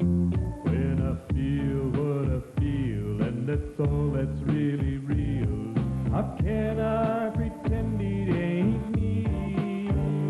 When I want to let go and let the world know, I don't care that I'm gonna get burned. So I stand on the pyre and scream at the devils, you can't have my soul. In a wild raging fire, I will be an ember that burns till your blood runs cold. When self-immolation pricks the conscience of a nation, people ask, what did I do wrong? I could jump from a bridge, put a gun to my head, but the lesson wouldn't last too long. We could ride the white horses into battle with the forces, like Joan of Arc in days gone by, and die like a martyr for the cause that we care for. Let the flames bid us our goodbye. So I stand on the fire and scream at the devil, you can't have my soul. In a wild raging fire, I will be an ember that burns till your blood runs cold. So I stand on the pyre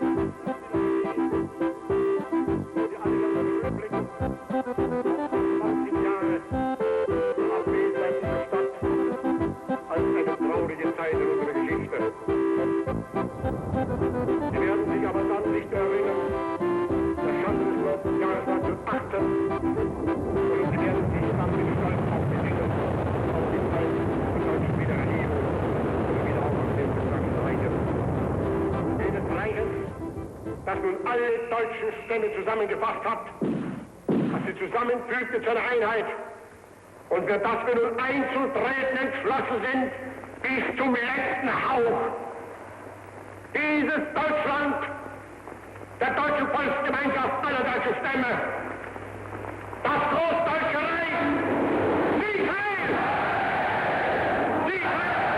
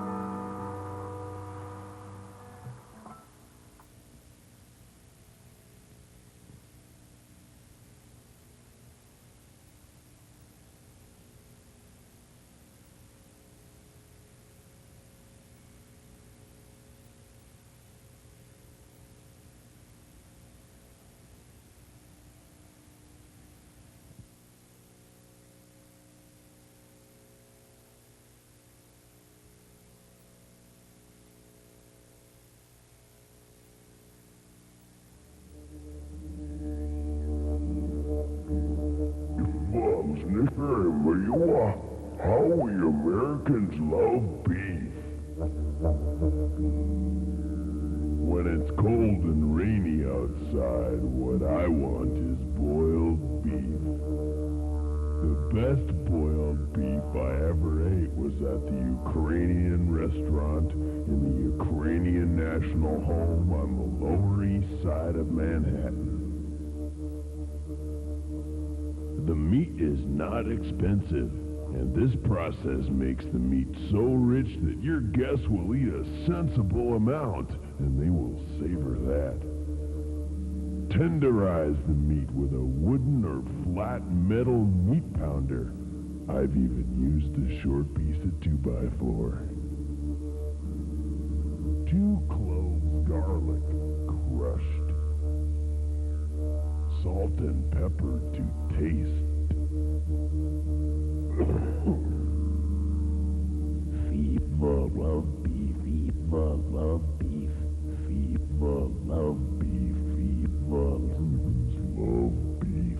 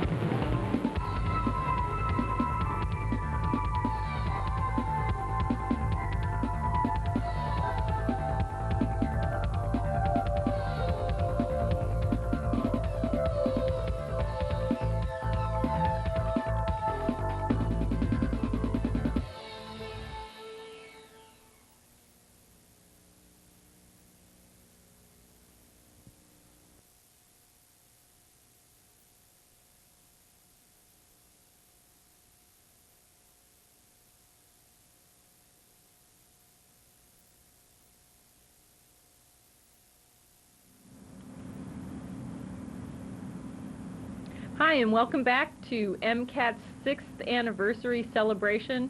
We're in the MCAT studio tonight, April 29th, 1996, to talk to producers about their shows, to explain to you how to use MCAT, to express our appreciation to you for your interest and support over the years, and to also think about what kind of MCAT we'd like to see in the future and how we can enact some of those changes.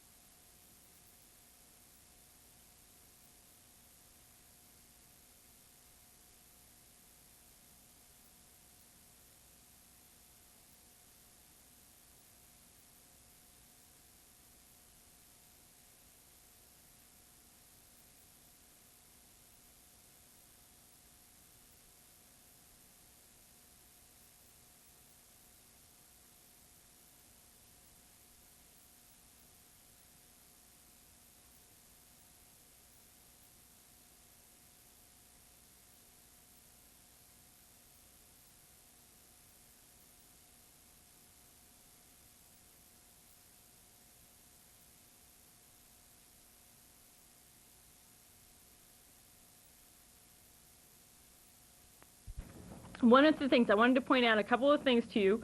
One is that some of the folks, you might have received our newsletter recently, and our newsletter gives you access to our website, our homepage on the World Wide Web. And it's something that's been taking shape over several months with the help of a couple of board members, Bob Cushman and Bob Gilman. And they've done a great job with our MCAT homepage. And our address for that is http, you can follow along on the screen, //www.mcat.org/. We'd like to have you visit our homepage on the World Wide Web. You'll find out a lot about MCAT that way. You'll find out about our schedule that's available via the web. You'll find out about how to make use of MCAT with your ideas and your commitment to community events. And you'll find out, we hope to have that be a site that will grow over time, mature over time as MCAT has. So please check in and check out our website. And if you'd like to be put on the MCAT mailing list to receive our newsletter, just let us know by calling 542-6228. Or you can email us, too. And we really want to expand our information services beyond television. We want to move on into computers. And we'd like to keep using the World Wide Web as yet another source of inspiration to community members who would like to learn how to use that as well and use that to express their ideas and opinions in Missoula. The MCAT schedule is also available by calling MCAT or coming down. You can check on when a program's going to run. You can ask to replay a program. We put in a request for replay, and it takes 2 to 3 weeks to get that show back into rotation on the schedule. But we'll notify you when that's going to run. You can check the Missoulian grid on a daily basis and also on the Sunday TV guide and check to see when the MCAT shows are going to be on. We're limited in space on that grid. So if you see something of interest to you and you want to call down to MCAT and find out a little bit more about it, about the title and description of the program, let us know. So those are a couple ways to get a hold of MCAT and MCAT programming. We hope to make that information more accessible to you as time goes on. That's something we've struggled with because it's a lot of information that we provide about each show. You can also watch and see it on the channel 7 on the TCI system, channel 13 in the Rattlesnake. We hope to have the news soon that we are going on out in the Grant Creek area over the Masada system. We're working out the details of that now. One of the areas that you should know about in terms of MCAT development is we're now renegotiating our contract with the City of Missoula. We have a contract that runs through December 31st, 1996, And we're deep into discussions right now on equipment and facilities that MCAT's going to need in the future. We might need your help with that. There have been times we've asked people to come down and just even testify what their experience at MCAT has been, to let folks know. I think it's hard for people maybe not working in your particular interest area to know what it is you've used MCAT for or appreciated about MCAT. So stay tuned on that. We'll try to keep you up to date on those negotiations. One area that we've been real successful in these last few years is we've expanded into educational programming, and we've had the opportunity to work with media artists in the schools, Gwen Hoppy, who has worked through MCAT with 3,200 Missoula area high school students.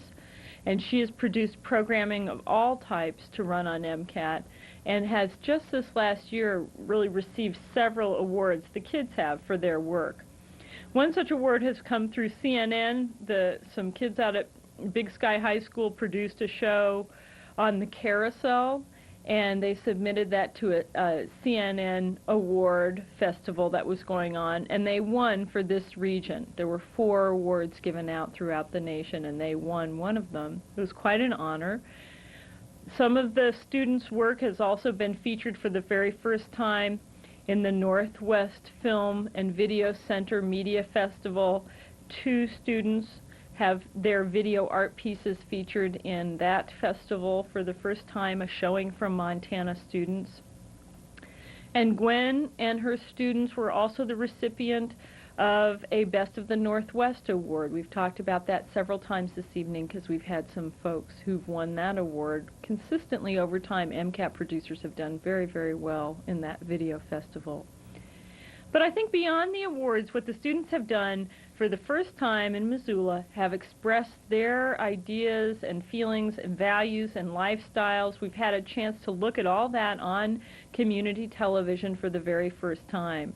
And because folks know that it comes from the students and not from my perspective or Gwen's or from any other producer's perspective, but from their very own, people know that it's genuine programming. People know that it's valuable programming.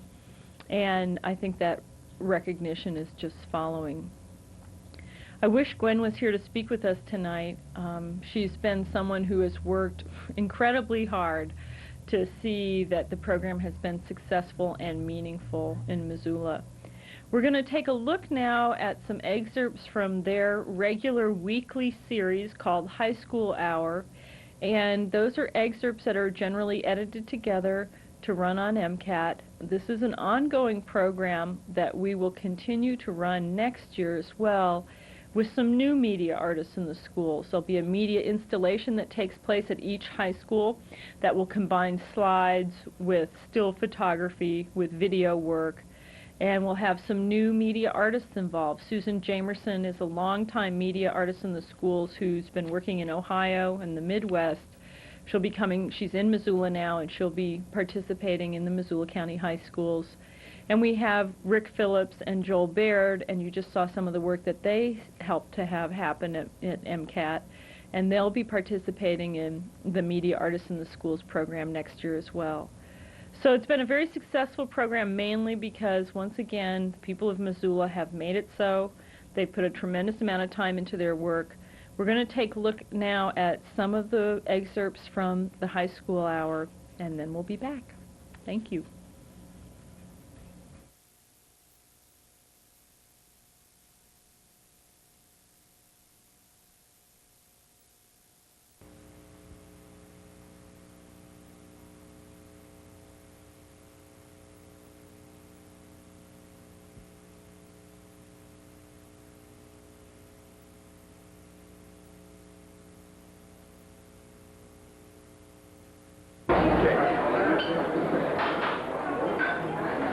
I push open the magnetic doors, and the anxious residents creep in, shuffling to claim their cream and plum stenciled plateau.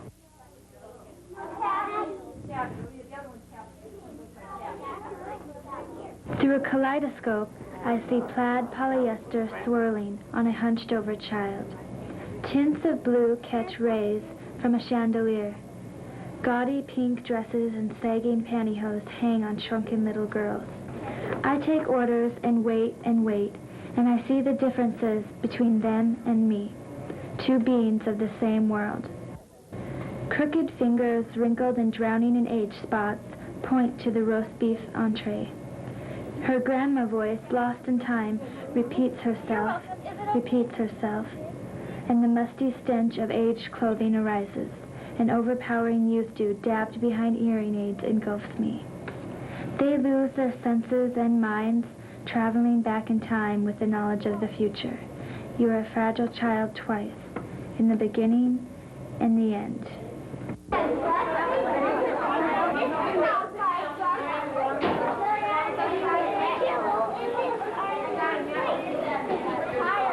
I got a little butter knife here.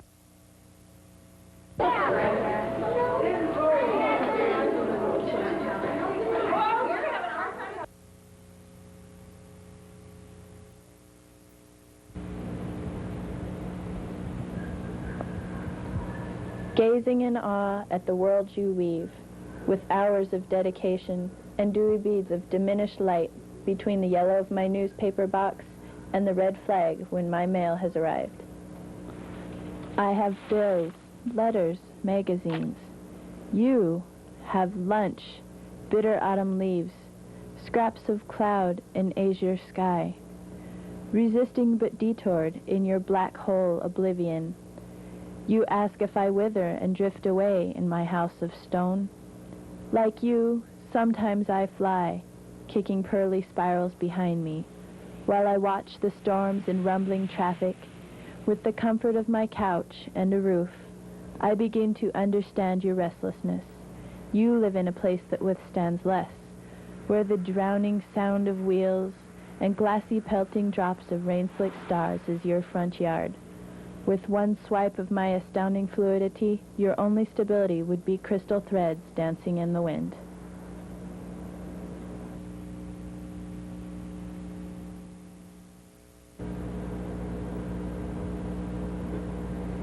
Bright flashes pierce silence. Over the phone, her raspy voice tells. A vampire licking young blood. Acupuncturist with needles of hurt. Magician making pearls vanish she can feel inside. Volcano, sour, red explosions. A faceless machine, searching for more, deeper. He will return. Want to help, but a promise permits nothing to be said. Want to run, but obligation holds me. Months age me like years. Sleepless dreams, cloud days. I play hero to save myself. I wander long corridors to find her corner, stainless steel. Brushing hair from her face, she tells of her direction, homeward. And one last thing. The tales, vampire and all, were just that, tales. She stands, leaves me, alone in my ignorance.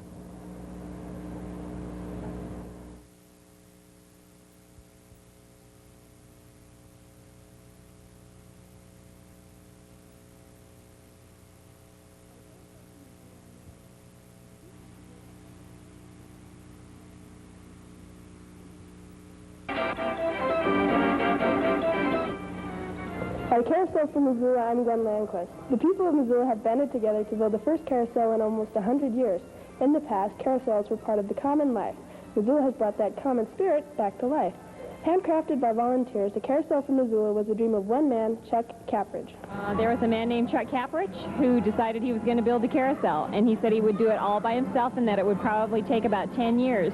They ran a story in the newspaper about him, and volunteers just started coming out of the woodwork. So he offered adult education carving classes, and all in all, I think he gathered about 200 people together who volunteered on the project. The community liked itself so well it was willing to put the time and the resources in. The amazing part is to understand that no one of the volunteers, no one has ever been paid a dime for their labors here. I think it makes me feel a better place. I think think it's really great, and they did a really good job painting the horses. They averaged over 1,000 hours of carving per horse. This is a cooperative project because one individual did the head and neck. I've been doing the body, and I did a couple of the legs. Others have done the legs and the packages of presents. Probably my favorite horse is Marguerite, and the reason she's my favorite is because I carved her head and neck. My friend Emily's dad carved Columbia Belle. My third grade teacher carved the back legs of a horse. How much did the whole project cost? $750,000, and it's all paid for through private donation. Initially, the horses are designed by the sponsors, and that's how we raise the funds in order to finance the project. People would sponsor horses. The original sponsoring price was $2,500. And from that $2,500, they had the opportunity to then design the horse and do something useful for the project and sure get us going. Carousel will be a valuable part of the Missoula community for years to come.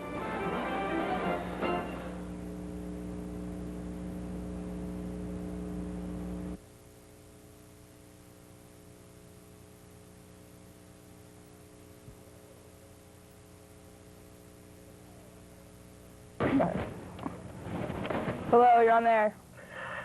Good evening, ladies. I am very impressed by your demeanor and the things that you have been saying this evening, and I really wish that something like this would have been around when I was your age. Right now, I'm 25 and the mother of a son, excuse me, and I think one thing you might want to remember as you're getting older is that if you do have sons, you teach your son what a woman wants. Thank you. Thank you very much. Yeah, so read that, and I think that, I don't know, are you at a high school? I didn't notice what high school you were at. At Hellgate. What was it? Hellgate High School. Oh, good for you. So is this something that they're doing with other schools? I'm not really sure. I don't believe so, no. We started in our English class, and Mr. Lenahan has had us talk about guys and girls relationships, but the guys are also going to do a panel, too. Great. Well, I think that it would be a great opportunity for you to reach out to some of the other schools and share this experience with them, because I think it could benefit all youngsters. So good luck. Thanks. Thank you. Bye-bye. That was really cool. Yeah, that was awesome. nice. Okay, anyway, what was the question? Well, just like when you entered high school, like how did you react to like all the like attention you got from the males? It was kind of demeaning in a way, like how it was more of a sexual attention, and like you had to at first it was just like you had to deal with a lot of guys only wanting you because of your physical appearance. Did you run into that? Oh, yes. And me being shorter than like normal, I grew a few inches over my high school years, but I was, for a while there, I was like 5 foot, 5'1", and guys, I mean older guys, senior guys, they would come up to me and like, if I knew them from class, they'd pick me up and throw me around, you know? But you didn't like, appreciate that, and right? I didn't. It was a violation of my personal space. I felt like really just annoyed with them because it wasn't something I liked or anything. And I also felt, since I didn't have very much self-esteem, I felt that I couldn't like tell them off, you know? Couldn't like swear at them. Say, God damn it, get away from me, you know? Well, you can't really do that anyway, because if you do, you're going to have not only those guys after you, but you're going to have the girlfriends of them after you, and everybody's just going to hate you, and you're going to go through high school, and it's going to be hell. Period. It's like people would look down and you'd be like, why are you standing away from the norm? You know, why are you taking a stand? It's like, why don't you just take it? Why don't you just flow with it? That's, that's how you're supposed to be, you know? Because you're this small little female, and you're supposed to just like obey the male and, you know, listen to their every command and do whatever they want. I mean, if you watch a lot of the girls in high school, they just sit there and they take all that abuse from guys, you know? They'll do anything they want, I mean. And they think it's right. They think it's normal. They accept it. That's what bugs me, because you should totally take a stand. I mean, I remember one time, I think you were with me, that we were over at a friend's house, and some guy, like, he spit on the table, and his girlfriend went and cleaned it up, and it's just like, why should she have to clean that up? That's your spit. You clean it up. That's your mess. You were the pig. Well, women have you more. clean it up. I just don't understand why girls put themselves in that situation to where... I think we're stronger, though, today. Yeah. I know a lot more stronger women that, like, wouldn't take that at all. They wouldn't be just, like...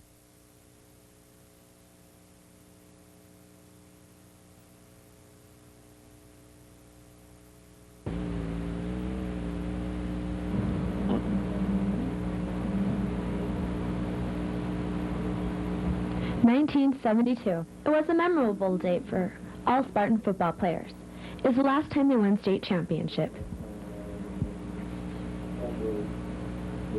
From 1992 to 1995, Sentinel suffered a losing streak of 3 seasons that resulted in a loss of morale and disappointment amongst the players and the students.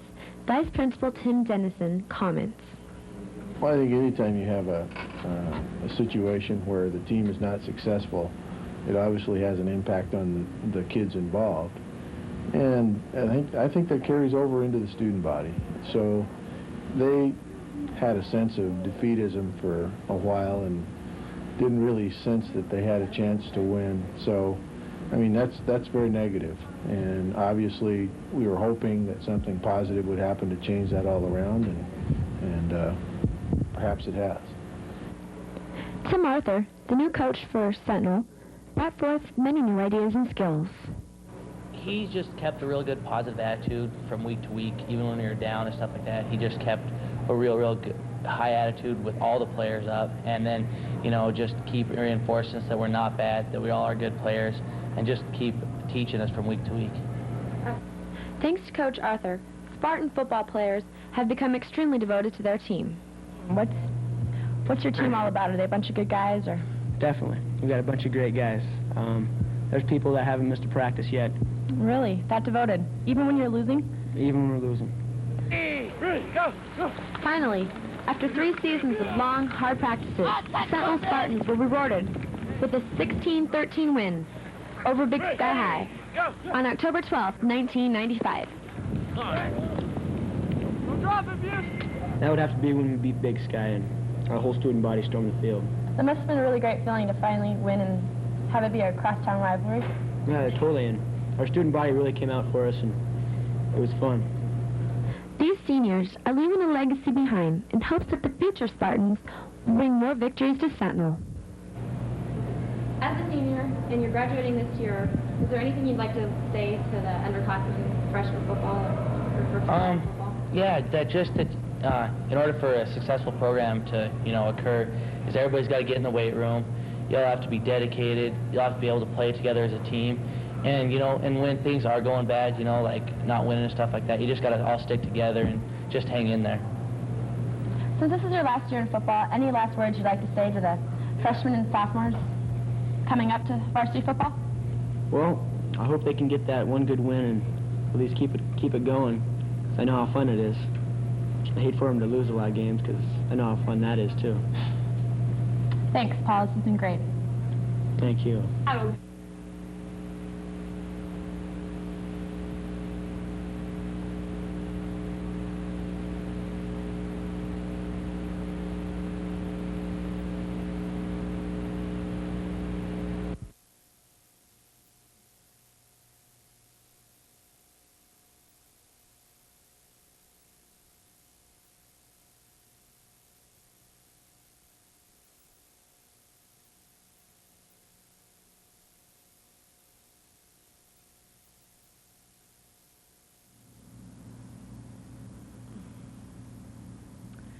What you're looking at here, we're back in the MCAT studios on our 6th anniversary celebration, and the award you're looking at right now, it has been presented to Missoula County Public School students, Artists in the Schools program, and it was awarded to High School Hour, and it's a Best of the Northwest Award of Excellence.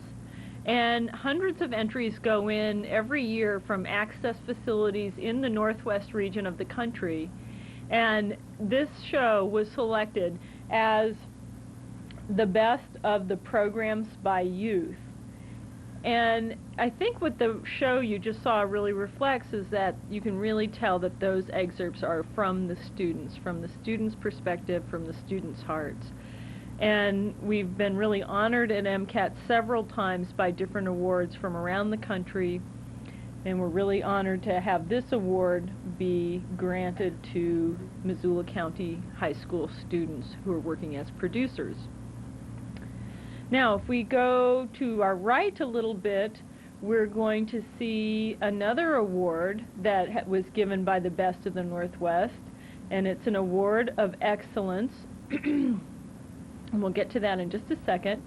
And it was given to another of our producers, Doug Hawes Davis, who is has produced, again, several shows through MCAT, and his show is known as Southbound, and he received an award in the category of the environment.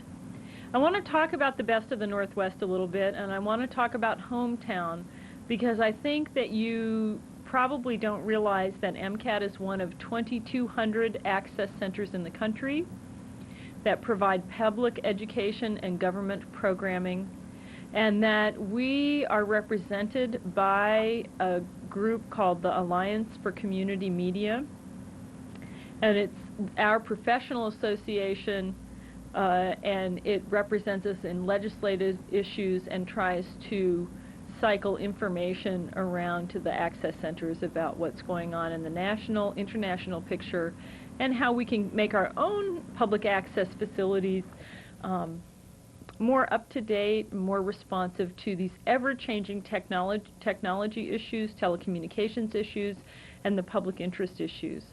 So we here in Missoula, Montana are connected to a really vast web, national web and international web of access facilities. We're proud and honored to be that, and we can't believe how well our producers have consistently done in the 2 video access festivals that we participate in, the Best of the Northwest Video Festival and the Hometown Video Festival.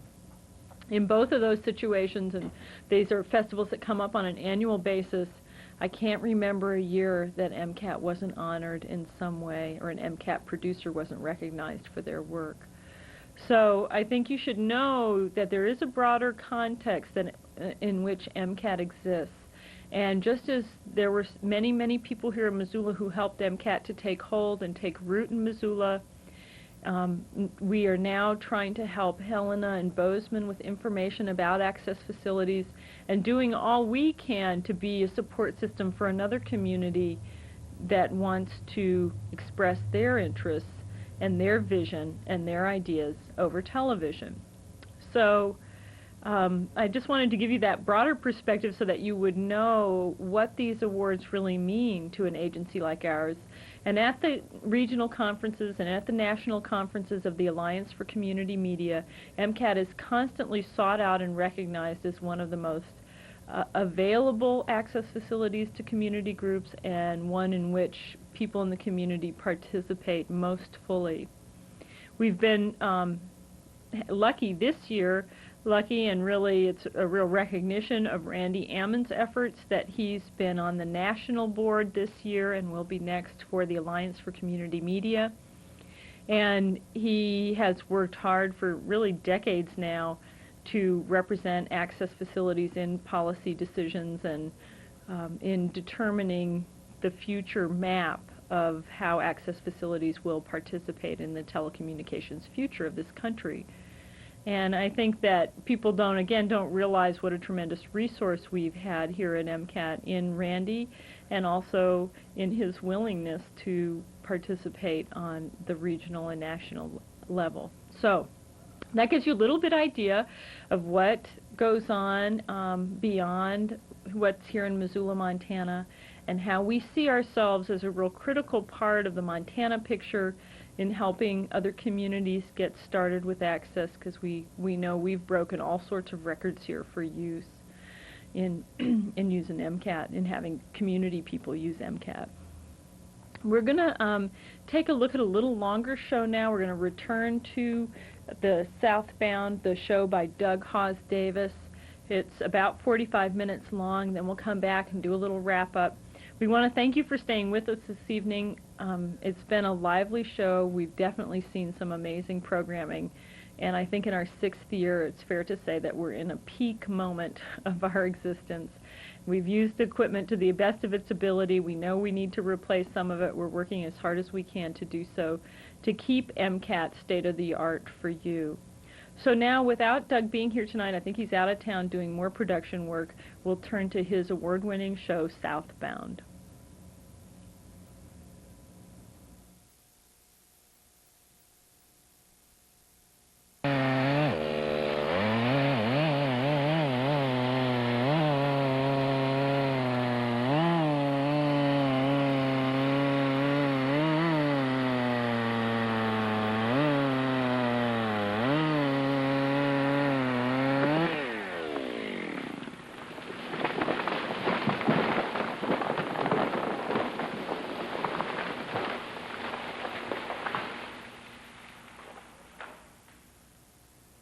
10 years ago, this was a hardwood stand from here for a half a mile, and now there's nothing. There's very little hardwood left. And if a person thinks just because he owns 1,000 acres that he can cut it from border to border, that may be his right by law, but that's violating I think the law of the land. I think it's violating the laws of Mother Nature, because we're not guaranteed 1,000 years on this earth, and all those generations to come are going to suffer because of our lack of respect for the land, lack of respect for the resource, even the old growth resource that we had here. It's going to be another 200 or 300 years before it will ever recover to the point that it was. And with a cutting that we've got going on now, the resource will never recover. In the South, we have amazing recovery powers for our forests, and when you go out there and clear cut the land, you haven't destroyed the forest. You got another forest coming on behind it. It's just bringing so much now. Timber's, as high as it's ever been. It's bringing so much people just, they're ready to sell it.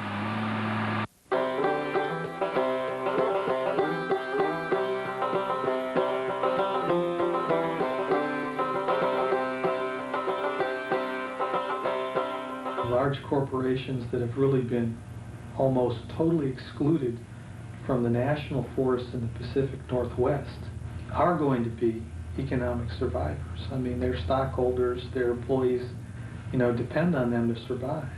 And so they look for new sources of the same material that they would have received from the national forest lands in the Pacific Northwest.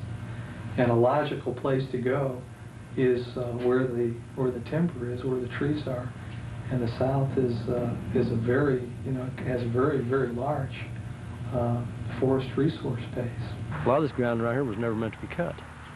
I mean, once you cut it, there's nothing left. Post oak rocks and thistles, that's it. Our creeks are filled up already with the sediment from the mines. And now to strip off what we have left and expect it to not do any damage is not realistic. To me, they're raping areas of the Delta. They're just totally stripping them. Leave one tree every 100 acres or so. They'll cut 40 or 50 acres out and leave a tree in the middle of it. Sometimes they don't leave a tree in the middle of it. And it's just too beautiful a place to spoil like this. The land's just devastated. There's nothing left. It's gone. It's stumps and there's a lot of browse out there and weeds. The trees have been run over. They don't even take time. They're in there to clear cut it, and they're not worried about leaving anything for the future. They just gonna want to get it out of there and clean it up. It's barren. It's a mess. This county just didn't have a muddy stream in it. Now it's been filled up. My daughter came in here from Colorado, place where we used to go swimming. She said, Daddy, I want to go down the old swimming hole. I want to show myself. Well, we went down there. I said, well, really, don't think you ought to go. She said, why? I said, well, it kind of doesn't look like it used to look.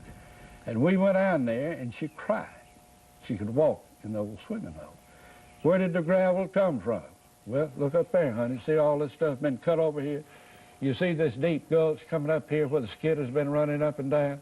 I said, they came up there, but the pup pump people tell me that no gravel come out of that at all. It's my figment of imagination. But here it is, a creek full of gravel. I do believe that if something like that starts here, I do believe there will be action taken to stop such as that.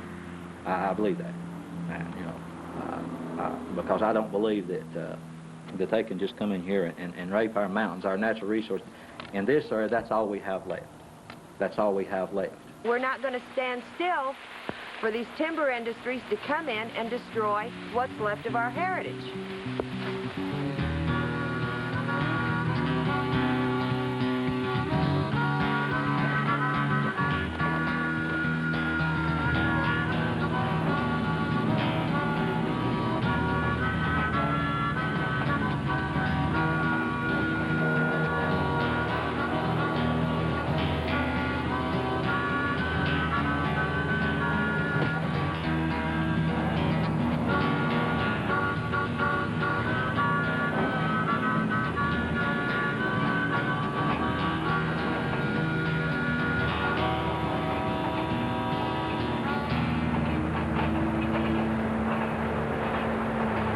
shift to the south from the Pacific Northwest in terms of still, providing lumber and wood fiber needs is not surprising. It's almost like, and it sounds like we're moving in a little circular rotation from the northeast to the northwest, back to the southeast. But it's almost like cutting your grass if you've got a really big yard. And by the time, you start out early in the morning and finish up way in the afternoon, that grass back in the front yard on the lower 40s already grown back a couple of inches. I think that's what you see in forests of the United States over the past 500 years. In the eastern hardwoods, we're just now reaching the age where they become useful for things. People are just starting to say, hey, those trees, we could make some money out of these. Up until now, they were just kind of growing back. So I think it's natural that you get all of these renewed interests of corporations who had previously put their money elsewhere where they could turn a bigger profit. All of a sudden, as in certain places, they said, well, look, we could invest in eastern Kentucky or eastern Tennessee, and we could pay off our investment in 10 years and make a profit for 10 more years and then clear out.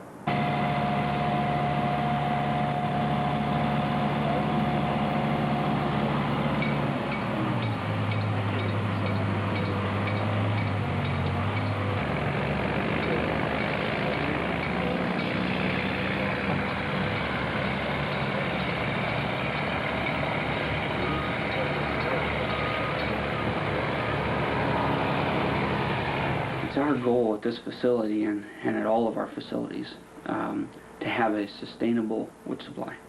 This is a very large investment for our company. In order to get a reasonable return, we have to keep this facility going for 20 or 30 years. If the capability is there, particularly in the South, we know the capability, the productive capacity is there. Why not go there? We can grow more wood. We can grow it more efficiently. We can harvest it more efficiently. Why not do that?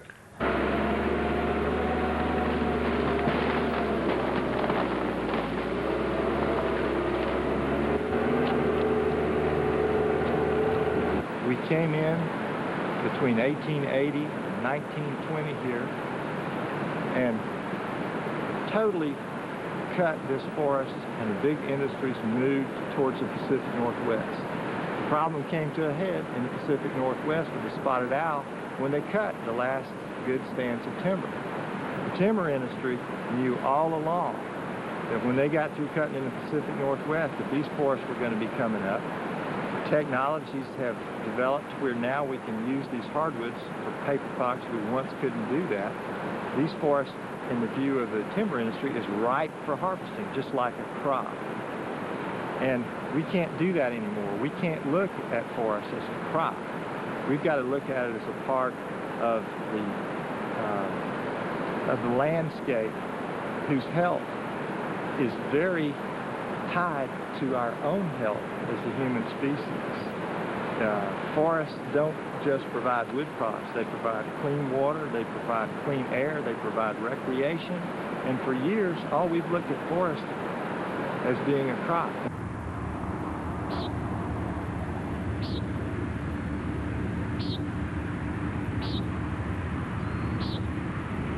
Farmers in Alabama grow trees instead of growing cotton or growing peanuts as they once did. Trees reproduce every 15 years here because of the rapid growth. These are softwoods, they're pines, and they're then utilized, and many of them are exported.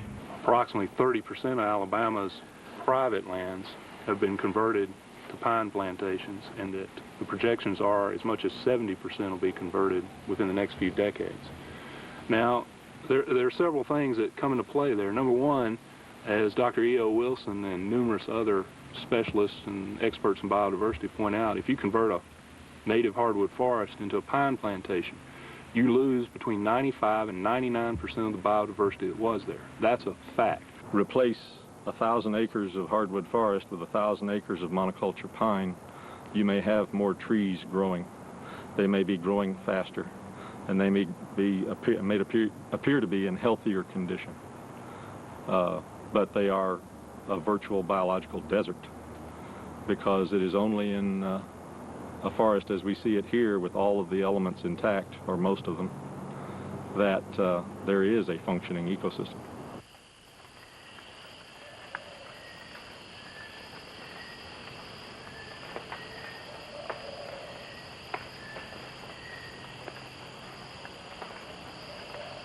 When you cut trees in Alabama, nature is going to be trying to put hardwood back on it. Wherever it is, upland, lowland, or whatever, nature is going to be trying to put hardwood trees back on. The history is that we are increasingly having more hardwood. Even though we're planting more pines than we've ever planted, we've still got more hardwood acres because it is a matter of having to kind of go against nature sometimes to get the pine trees out there. And that's why Alabama is third in the nation in total threatened and endangered species, and we got hundreds more waiting to get on the list because we're converting the forests into tree farms, and we're converting our rivers and streams into sewers for industry. Hey, if we were a monoculture, you think we'd have all these endangered species? They'd be gone.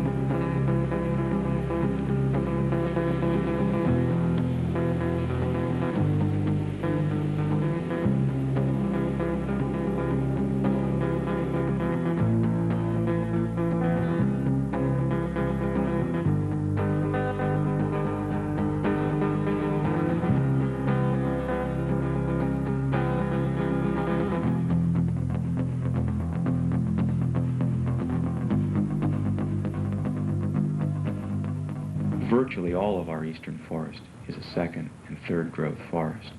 We're not converting or transforming a virgin forest.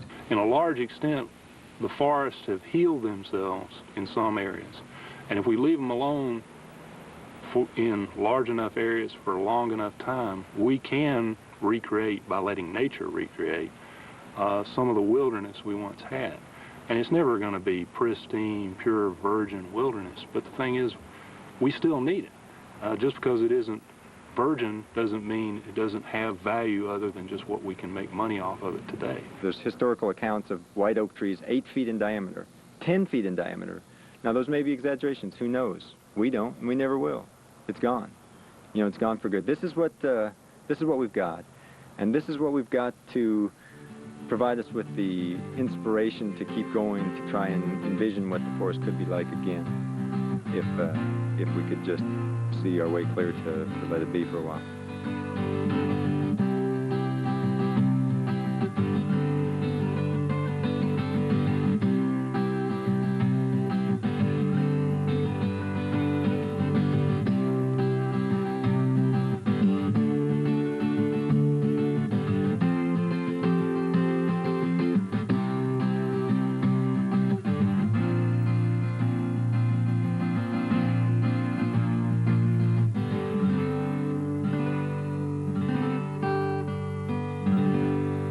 The South is one of the areas of the country where a whole lot of agricultural land has converted to timber in the last 70 years, since the 1920s.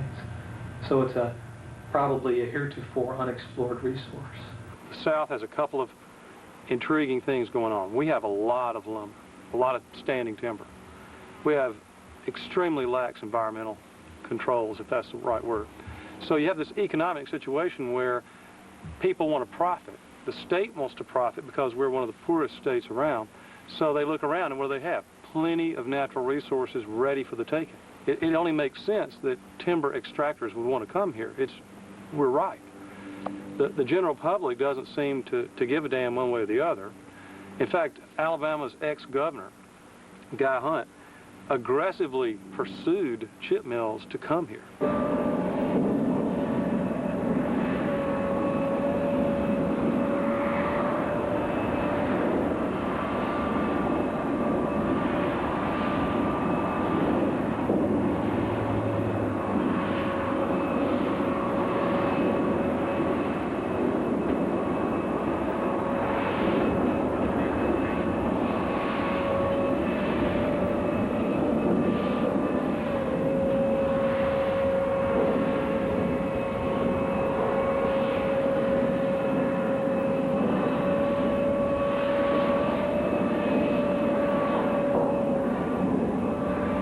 somehow we've got to realize that ultimately the market is going to decide whether or not there are chip mills in this area. This area has time on its side for a little while because of the fact that harvest rates are as low as they are right now. The trees are growing faster than they're being cut right now. But that's the very reason, that combined with the very low prices of timber in this region, that it's very attractive to the forest industry. They are going to be coming.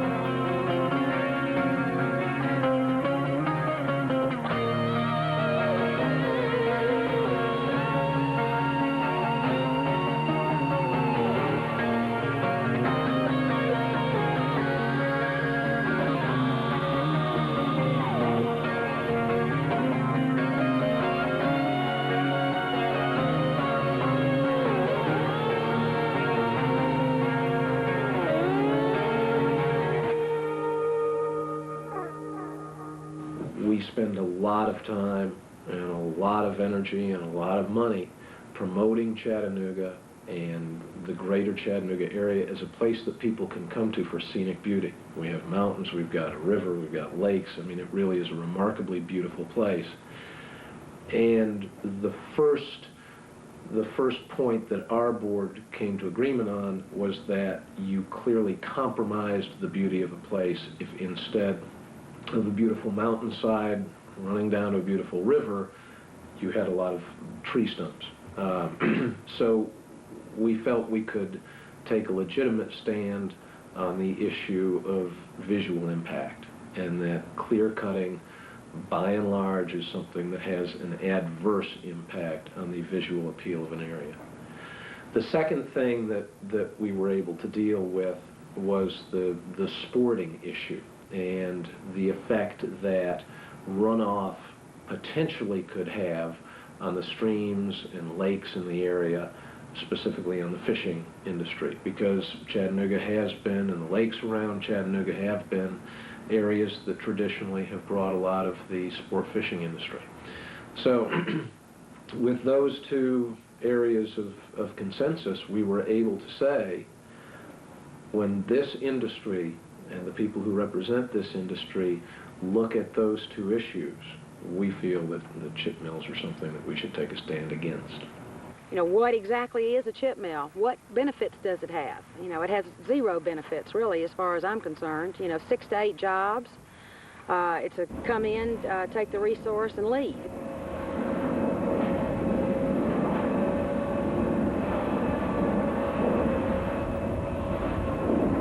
I see no reason why this should translate, these greater mills should translate to a degraded resource. In fact, I think just the opposite. These mills are going to be the key to a better environment. Indeed, nothing else has led to better environmental quality anywhere in the world than a good, sound economic base.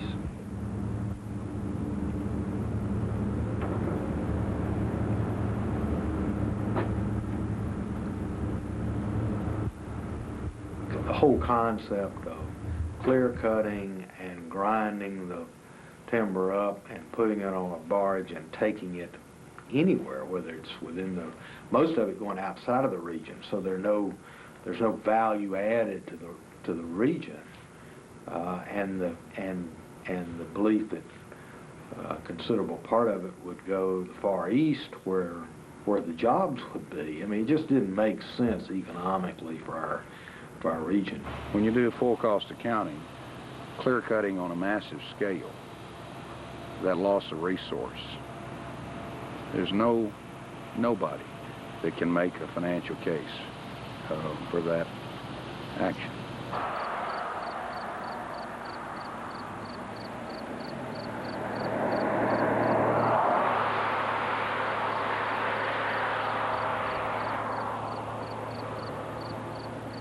You know, being in the retail business, I'm definitely for progress and more people coming into my store. But if you just hire 10 people maybe, and they leave the valley in 3 years, what have we got? You know, how do we know that this can stay here and sustain? You know, it just may be a fly-by-night thing for 4 or 5 years and they're gone. And then our valley and our mountains are left like, you know, like we've seen in other places.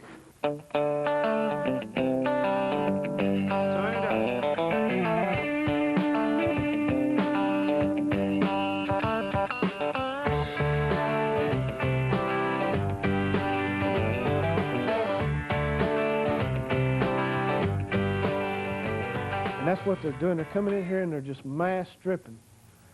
They don't have any concern for how they do it. If a tree is 4 inches in diameter, if it's in the way of that skidder to that other tree over there that's been cut down, he'll run right over it, kill it. He doesn't care. All he's concerned about right now is production and getting the most money out of it that they can possibly get out of it. The paper mills run the price up to where your small sawmills can't afford to pay for it. We go out of business. If I were a sawmill owner, I'd have some real questions about why material's being chipped. And if I were processing chips, I think I'd be concerned about competition for high-quality hardwoods. It's a shame to see high-quality material chipped, but if that's the only market that exists, then usually the market will dictate what kind of products are produced. At the present rate, I've told my son, who runs and owns this mill here, that he's going to have to find himself something else to do. You're going to have to get in something else. He said, well, why? I said, well, it won't be anything here to cut, you know. And the pulpwood people are going to grind it all up.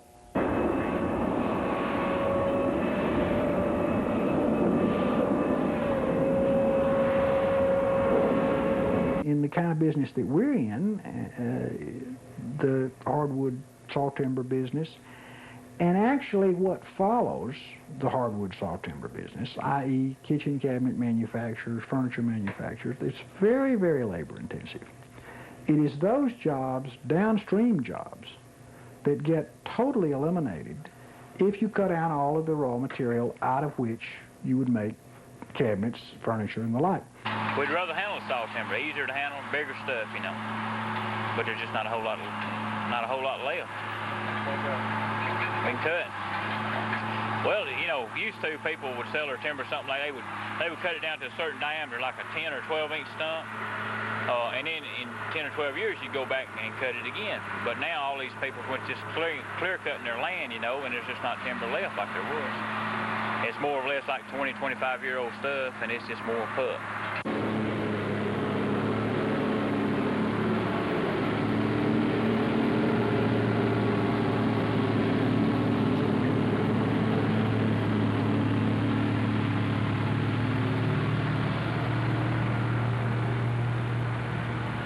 I had a multinational paper manufacturer came to Fayette, and they discussed the possibility of building a chip mill here in Fayette County.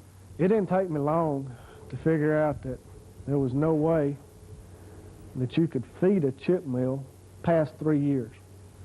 A chip mill, with its voracious appetite, can totally demolish 200 square miles inside of 3 years. They always say we're only going to run it 8 hours, and then we're going to lengthen that out to 9 years.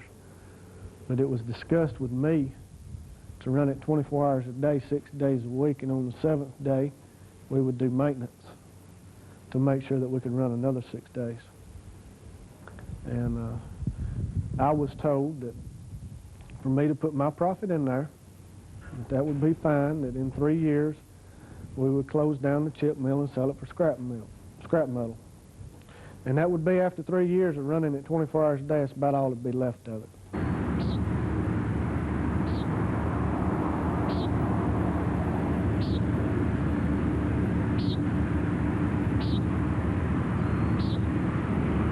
Well, the chip mills are just, again, one small piece of a big issue.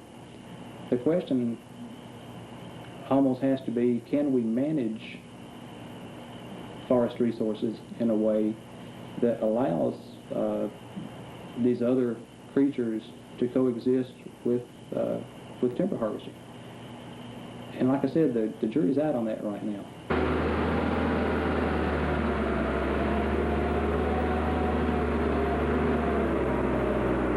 The estimate is that perhaps as much as 2/3 of the forest in this region is of substandard quality. Now, we can view that largely in terms of its commercial value for timber, but also for wildlife purposes and things like that. Now, they do provide a very strong wildlife benefit, but they're not as productive as healthy trees would be for mass production and so forth. The timber resource in our area is characterized by the forest industry folks as low grade in general, and from a wildlife perspective, we don't share that particular characterization. They're interested in wood as a fiber resource, and that's kind of where their interest stops. There has been no market heretofore for those lower grade trees, and there is a shrinking supply of these higher grade trees. The chip mills don't care whether the tree is straight or not, because they're chipping those trees for paper production. So that's one of the reasons that they were attracted to this area, is that there is this abundance of these lower grade trees. The benefit to the forest would be in creating a market for that, for those lower quality trees, and giving the forest a chance to replenish itself in certain areas, so that healthier, straighter, stronger trees could grow back in its place. Right now, there's 4 pulpwood trucks sitting up here. Maybe 1 or 2 of the trees have a hole in them that is as straight as an arrow. And they're heading out of here. I don't know how many trucks are going out a day. I didn't know there's that much timber in this county. I'll be just plumb honest with you. But they're going out of here by the hundreds every day. Well, I'm telling you, we've got high-graded forests up there in that vicinity that need a market for those trees, because they are slow-growing, low-quality, what's left kind of tree. And it's like saying that if you provide a market, then people are going to go out there and destroy their forests. That's bull. That's not so. Folks, for all these years, they still going to have their values, and they're going to still be concerned about the environment, but they're going to have another tool. And so I'm saying chip mills make for healthier forests.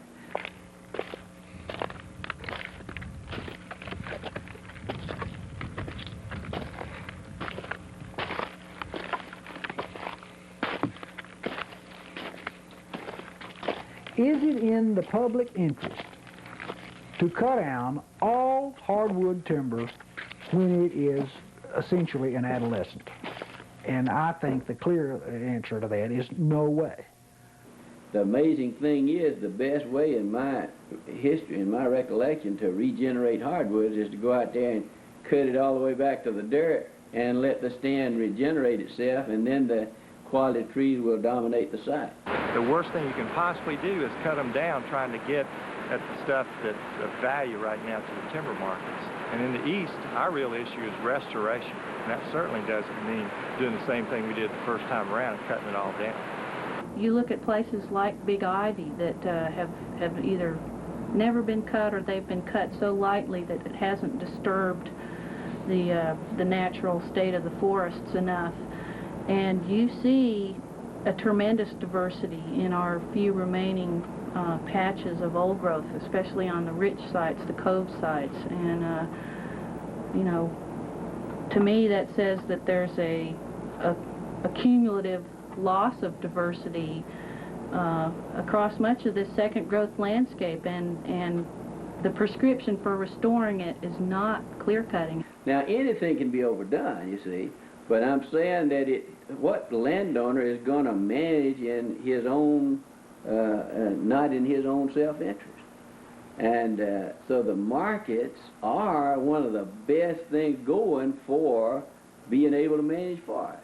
All it is a justification for what works best for the paper industry. And if I were in their position, that's exactly what I would do. And I can't believe that anyone else wouldn't either. I mean, if that's what you got paid to do. But that doesn't mean that that's best for the forest or indeed for the nation. And it certainly isn't best for my industry. Clear cutting is a legitimate silvicultural tool to regenerate certain species of trees. People need to get used to the idea of seeing clear-cut areas because what right do you have to drive by my land and not see where I've cut my trees?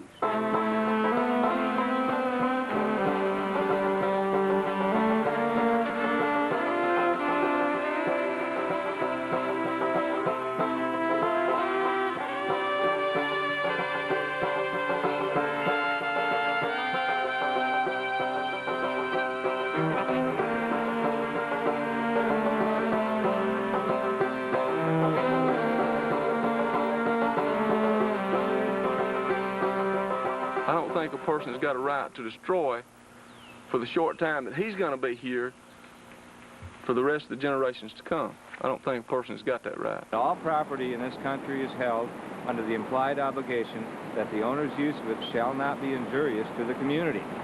And so we are obliged as good landowners, good neighbors, and good citizens to take care not to damage our neighbors, to cause them damage, to cause their property damage. So, yes, we have rights, but we also have responsibilities that go along with those rights of ownership. So obviously you can't do anything you want with your land. The real question is, do you have an obligation to do the right thing with your land? And that's up in the air. Frankly, Americans don't want to deal with that issue. I think we have the greatest opportunity to change the way hardwood is harvested in this country if the general public realizes what's going to happen if we don't. And we are not going to do that, in my opinion, voluntarily. If we are on the eve of another period of industrialization, it's very, very critically important to us that we look at ways to control and regulate the timber that is produced on private lands as well as those that are produced on public lands, because it's the private ownership of that of those resources that created many of the problems that we experienced in the region in earlier years. So I would say that we ought to go back and look at what's worked for us to this point and get away from this regulatory mentality that seems to be the first jerk by government anymore to solve any problem. I have 100 acres. I live in this forest. Somebody upstream from me destroys the land, and all the silt and stuff comes down and fills up my stream, fills in my fishing hose, or wipes out some species of wildlife that lives there. That impacts me. As far as I'm concerned, you can swing your arms around all you want to, but your freedom ends where my nose begins. I am concerned about the fact that it seems to me that we've come to the place in this country where regulations are the answer just about to anything. And I am concerned that government is increasingly trying to control the affairs of its citizens. And I see us as moving in the direction of central control with its consequences as the Soviet Union is moving away from this failed system. We need to kind of wake up and understand that what we've got, this free enterprise system and this free market system and these private ownership, that's a great system. And we need to protect and enhance it, not regulate it, you know. All they're worried about is the fast buck. Let's make the fast dollar. Let's don't make it long dollar. Let's make it fast dollar. Let's chip these trees up. Let's just mutilate them, chip them, and send them overseas. Now, it's heartrending to see on TV these logs going out and a family standing there watching these American jobs shipped overseas. I understand that. At the same time, it's heartwarming when you look at the quality of those logs and realize that somebody else somewhere in the world can make something out of this wood and better than we can. The dynamic is an age-old one. If you ship your raw materials and sell them cheaply and buy back finished products dearly, you are undermining your jobs structure, you're undermining the wage scale of the jobs that you have remaining, and ultimately you undermine your ability to be a self-reliant economy. Yes, if it wasn't for these this sawmill doings and all, we'd be hurting in little places like Bell here. And like I say, this sawmill, if it wasn't for it, all these chip trucks wouldn't be running. And so it's a good thing we've got it here. And around here, people are poor and they have to cut corners, and they're going to get the timber out as quickly as they can and try to maximize their profit and try to maximize the money that they're making, which is not very much at this point. People really believe in putting back trees as quickly as they take them out. They know that a healthy forest is a profitable forest for them. So look at it this way.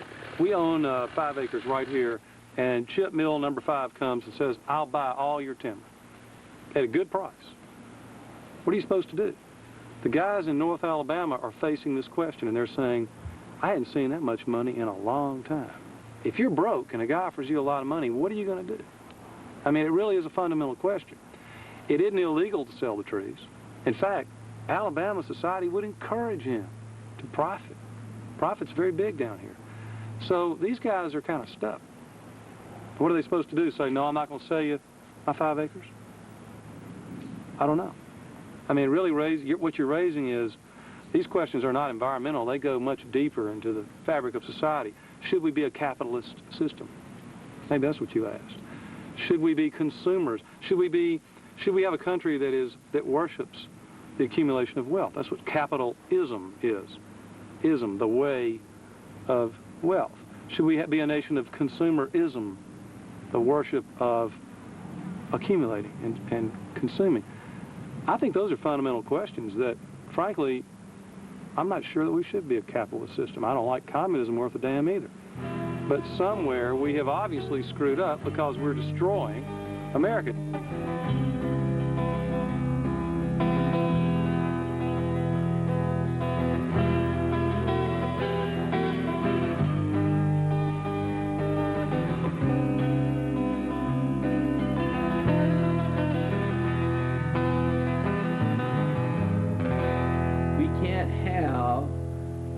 A pristine forest and humankind, we can't just let humans live in the cities and let nature do its thing in the country.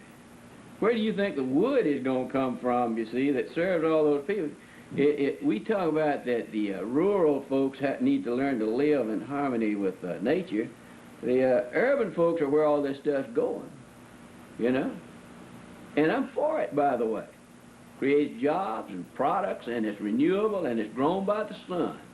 One of the most environmentally sound and responsible ways we can serve the needs of people.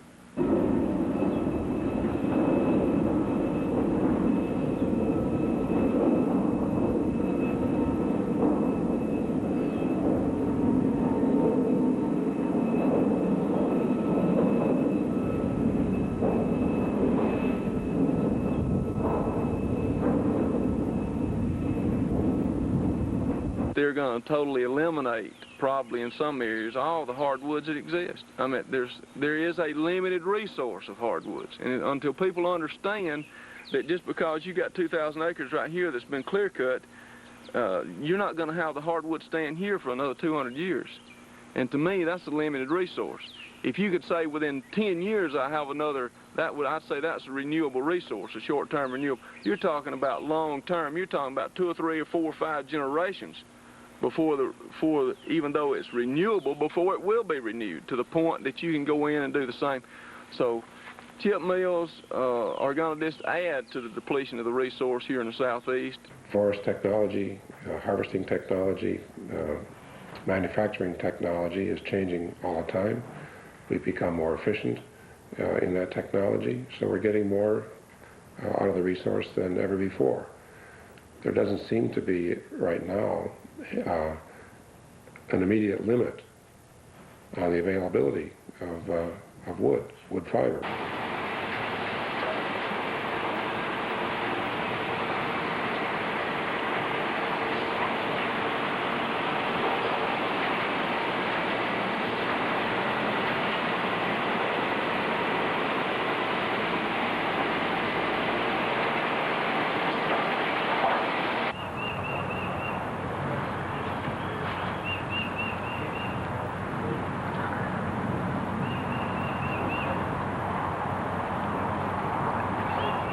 My father passed this business on to me, and I wanted to pass this on to my son.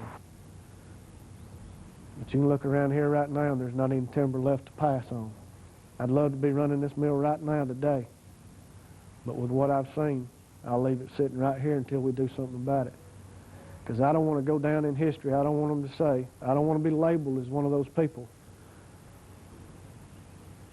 who totally cut all the timber and made us into a barren wasteland. I'll go on with my conscience like it is. In my lifetime, I have seen species dwindle to basic populations that are just barely hanging on. And instead of talking about how can we get timber and focusing on so much the timber issue, it's got to shift. How are we going to protect the forest that's left? That should be first. It's not to say that timber can't be a byproduct of that process, but our first priority has got to be to save a native forest that's being threatened at a rate that's astonishing. And as we convert the wild into all this crap that we're seeing today, we're losing incrementally our freedom and our liberty. And I don't think the American public has figured that out yet. We're all becoming not only a monoculture in the forest, but in the society. And it's mirror image. There's a lot of timber left here, and there's a lot of it, you know, a lot of it does get cut that shouldn't be cut. There's a lot of it that will never get cut because of the people that own it, which is good. You know, they don't need to try to cut it all. There's a dire need to protect what we have, because if we don't, then we'll have nothing. Our children, grandchildren won't have any of the beauty that we have, you know, if we don't protect it now.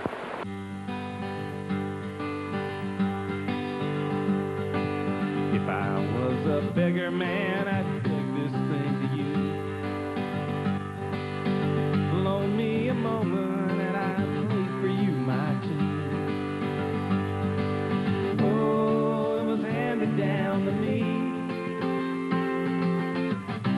but I'll play it anyway.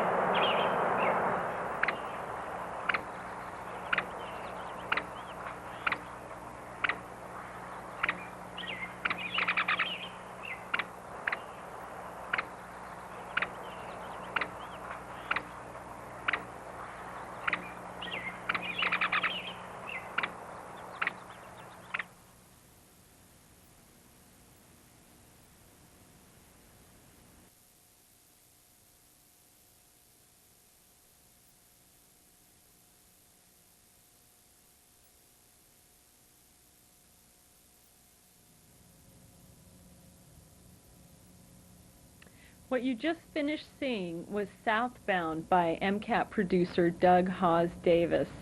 And it's an award-winning show. It was produced down here at MCAT. We're celebrating MCAT's 6th anniversary tonight. We've talked about a lot of different issues, and we've shown you some incredible videotapes. Southbound by Doug Hawes Davis was a winner in the environment category, the winner of the Best of the Northwest Video Festival. And in the most recent International Wildlife Film Festival last month, he won a Merit Award for Conservation Message, a Merit Award for Portrayal of Controversial Issues, and he was a finalist at that festival. So we're really proud of Doug and of his work, and I think you can see that even producers who haven't been producing for a very long time are taking on some really big projects and some big ideas in their productions, and we have every right to be proud of their work. The other programs that we've seen tonight so far, we saw Spontaneous Joan by Terry Jimerson, also an award winner. We saw Mining 7-Up Pete by Drew Carr, also an award winner. And we saw some excerpts from High School Hour by Missoula County Public High School students who are working with Gwen Hoppy, our media artist in the schools, who works through MCAT in the 3 Missoula area urban high schools. In addition, we've seen some clips of MCAT's, the mayor's proclamation of MCAT Week, a week beginning April 22nd, 1996. We saw raw footage, another Terry Jimerson production. We're going to finish up this evening with a couple of other shorter productions. I want to talk to you for just a second about some new items available here at MCAT. We have a coffee cup that has the MCAT logo on one side, and it has a dancing television set with green perspiration coming off of it on the back of the coffee cup. This is a very cool rendering of what actually happens down here at MCAT. This is just recently for sale at MCAT. Come on down and take a look at some of the things we have. We have great summer attire right behind me here. We've got the MCAT t-shirt. We've got the MCAT hat. We're proud of our logo. You'll see it in many different places around Missoula. Before I sign off, I just want to tell you once again that the reason that we exist is because people like you come down and participate in MCAT, take the training, use the facilities and the equipment. If that is something you would like to do, please call us at 542-6228. We'll sign you up for the next workshop. It only takes a few hours to get started, and I promise you that you will find some people down here you would like to work with on your issues and your ideas. I want to thank you for tuning in tonight. We're going to end the evening with 2 really great, kind of fun MCAT pieces. One has been produced by a young woman, and it's entitled I Eat, Sleep, Drink MCAT. It's by Wendy Curran, who came to MCAT initially as a volunteer and stayed on for a few years as someone we could count on to help us out down here. And the next is a special piece. The very last piece you'll see before credits is called Grand Opening Images, and it's from June 2nd, 1990. It's our grand opening party, and the producer who produced those series of images was Bill Dratz, who just died a few years ago. He was a very active producer here in MCAT, and we honor his memory by showing you these images tonight. Thank you for joining us this 6th anniversary celebration. We know we'll see you down here soon. Good night.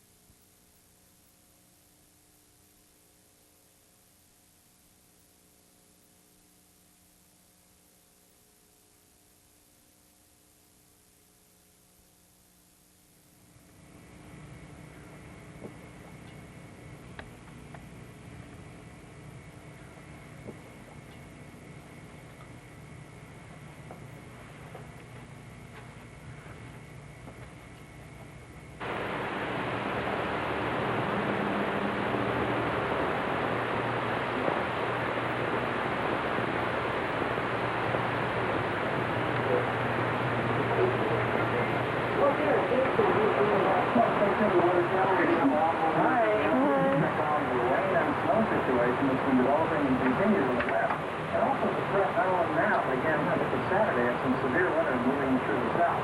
And I would...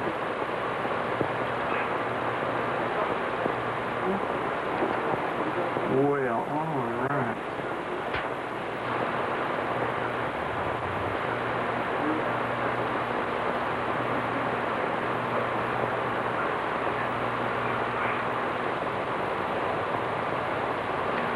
Regular video after that. There's two ways to look at the radio. Do the video, the speaker, and then make the adjustment from the picture to visual. Hello, I'm Kat.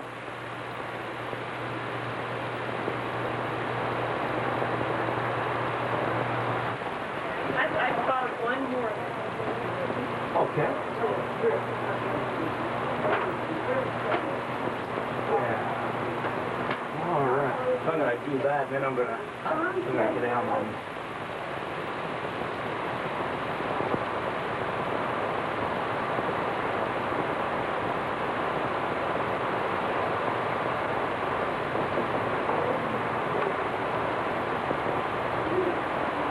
Do you need some help?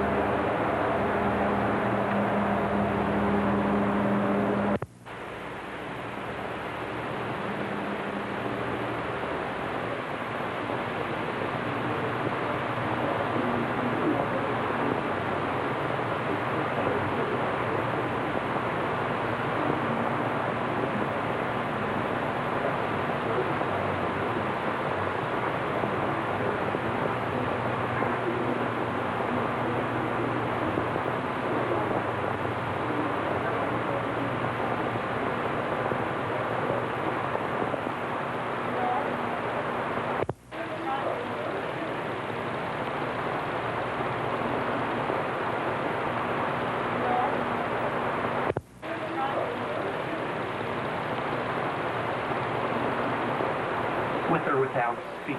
It doesn't. It will.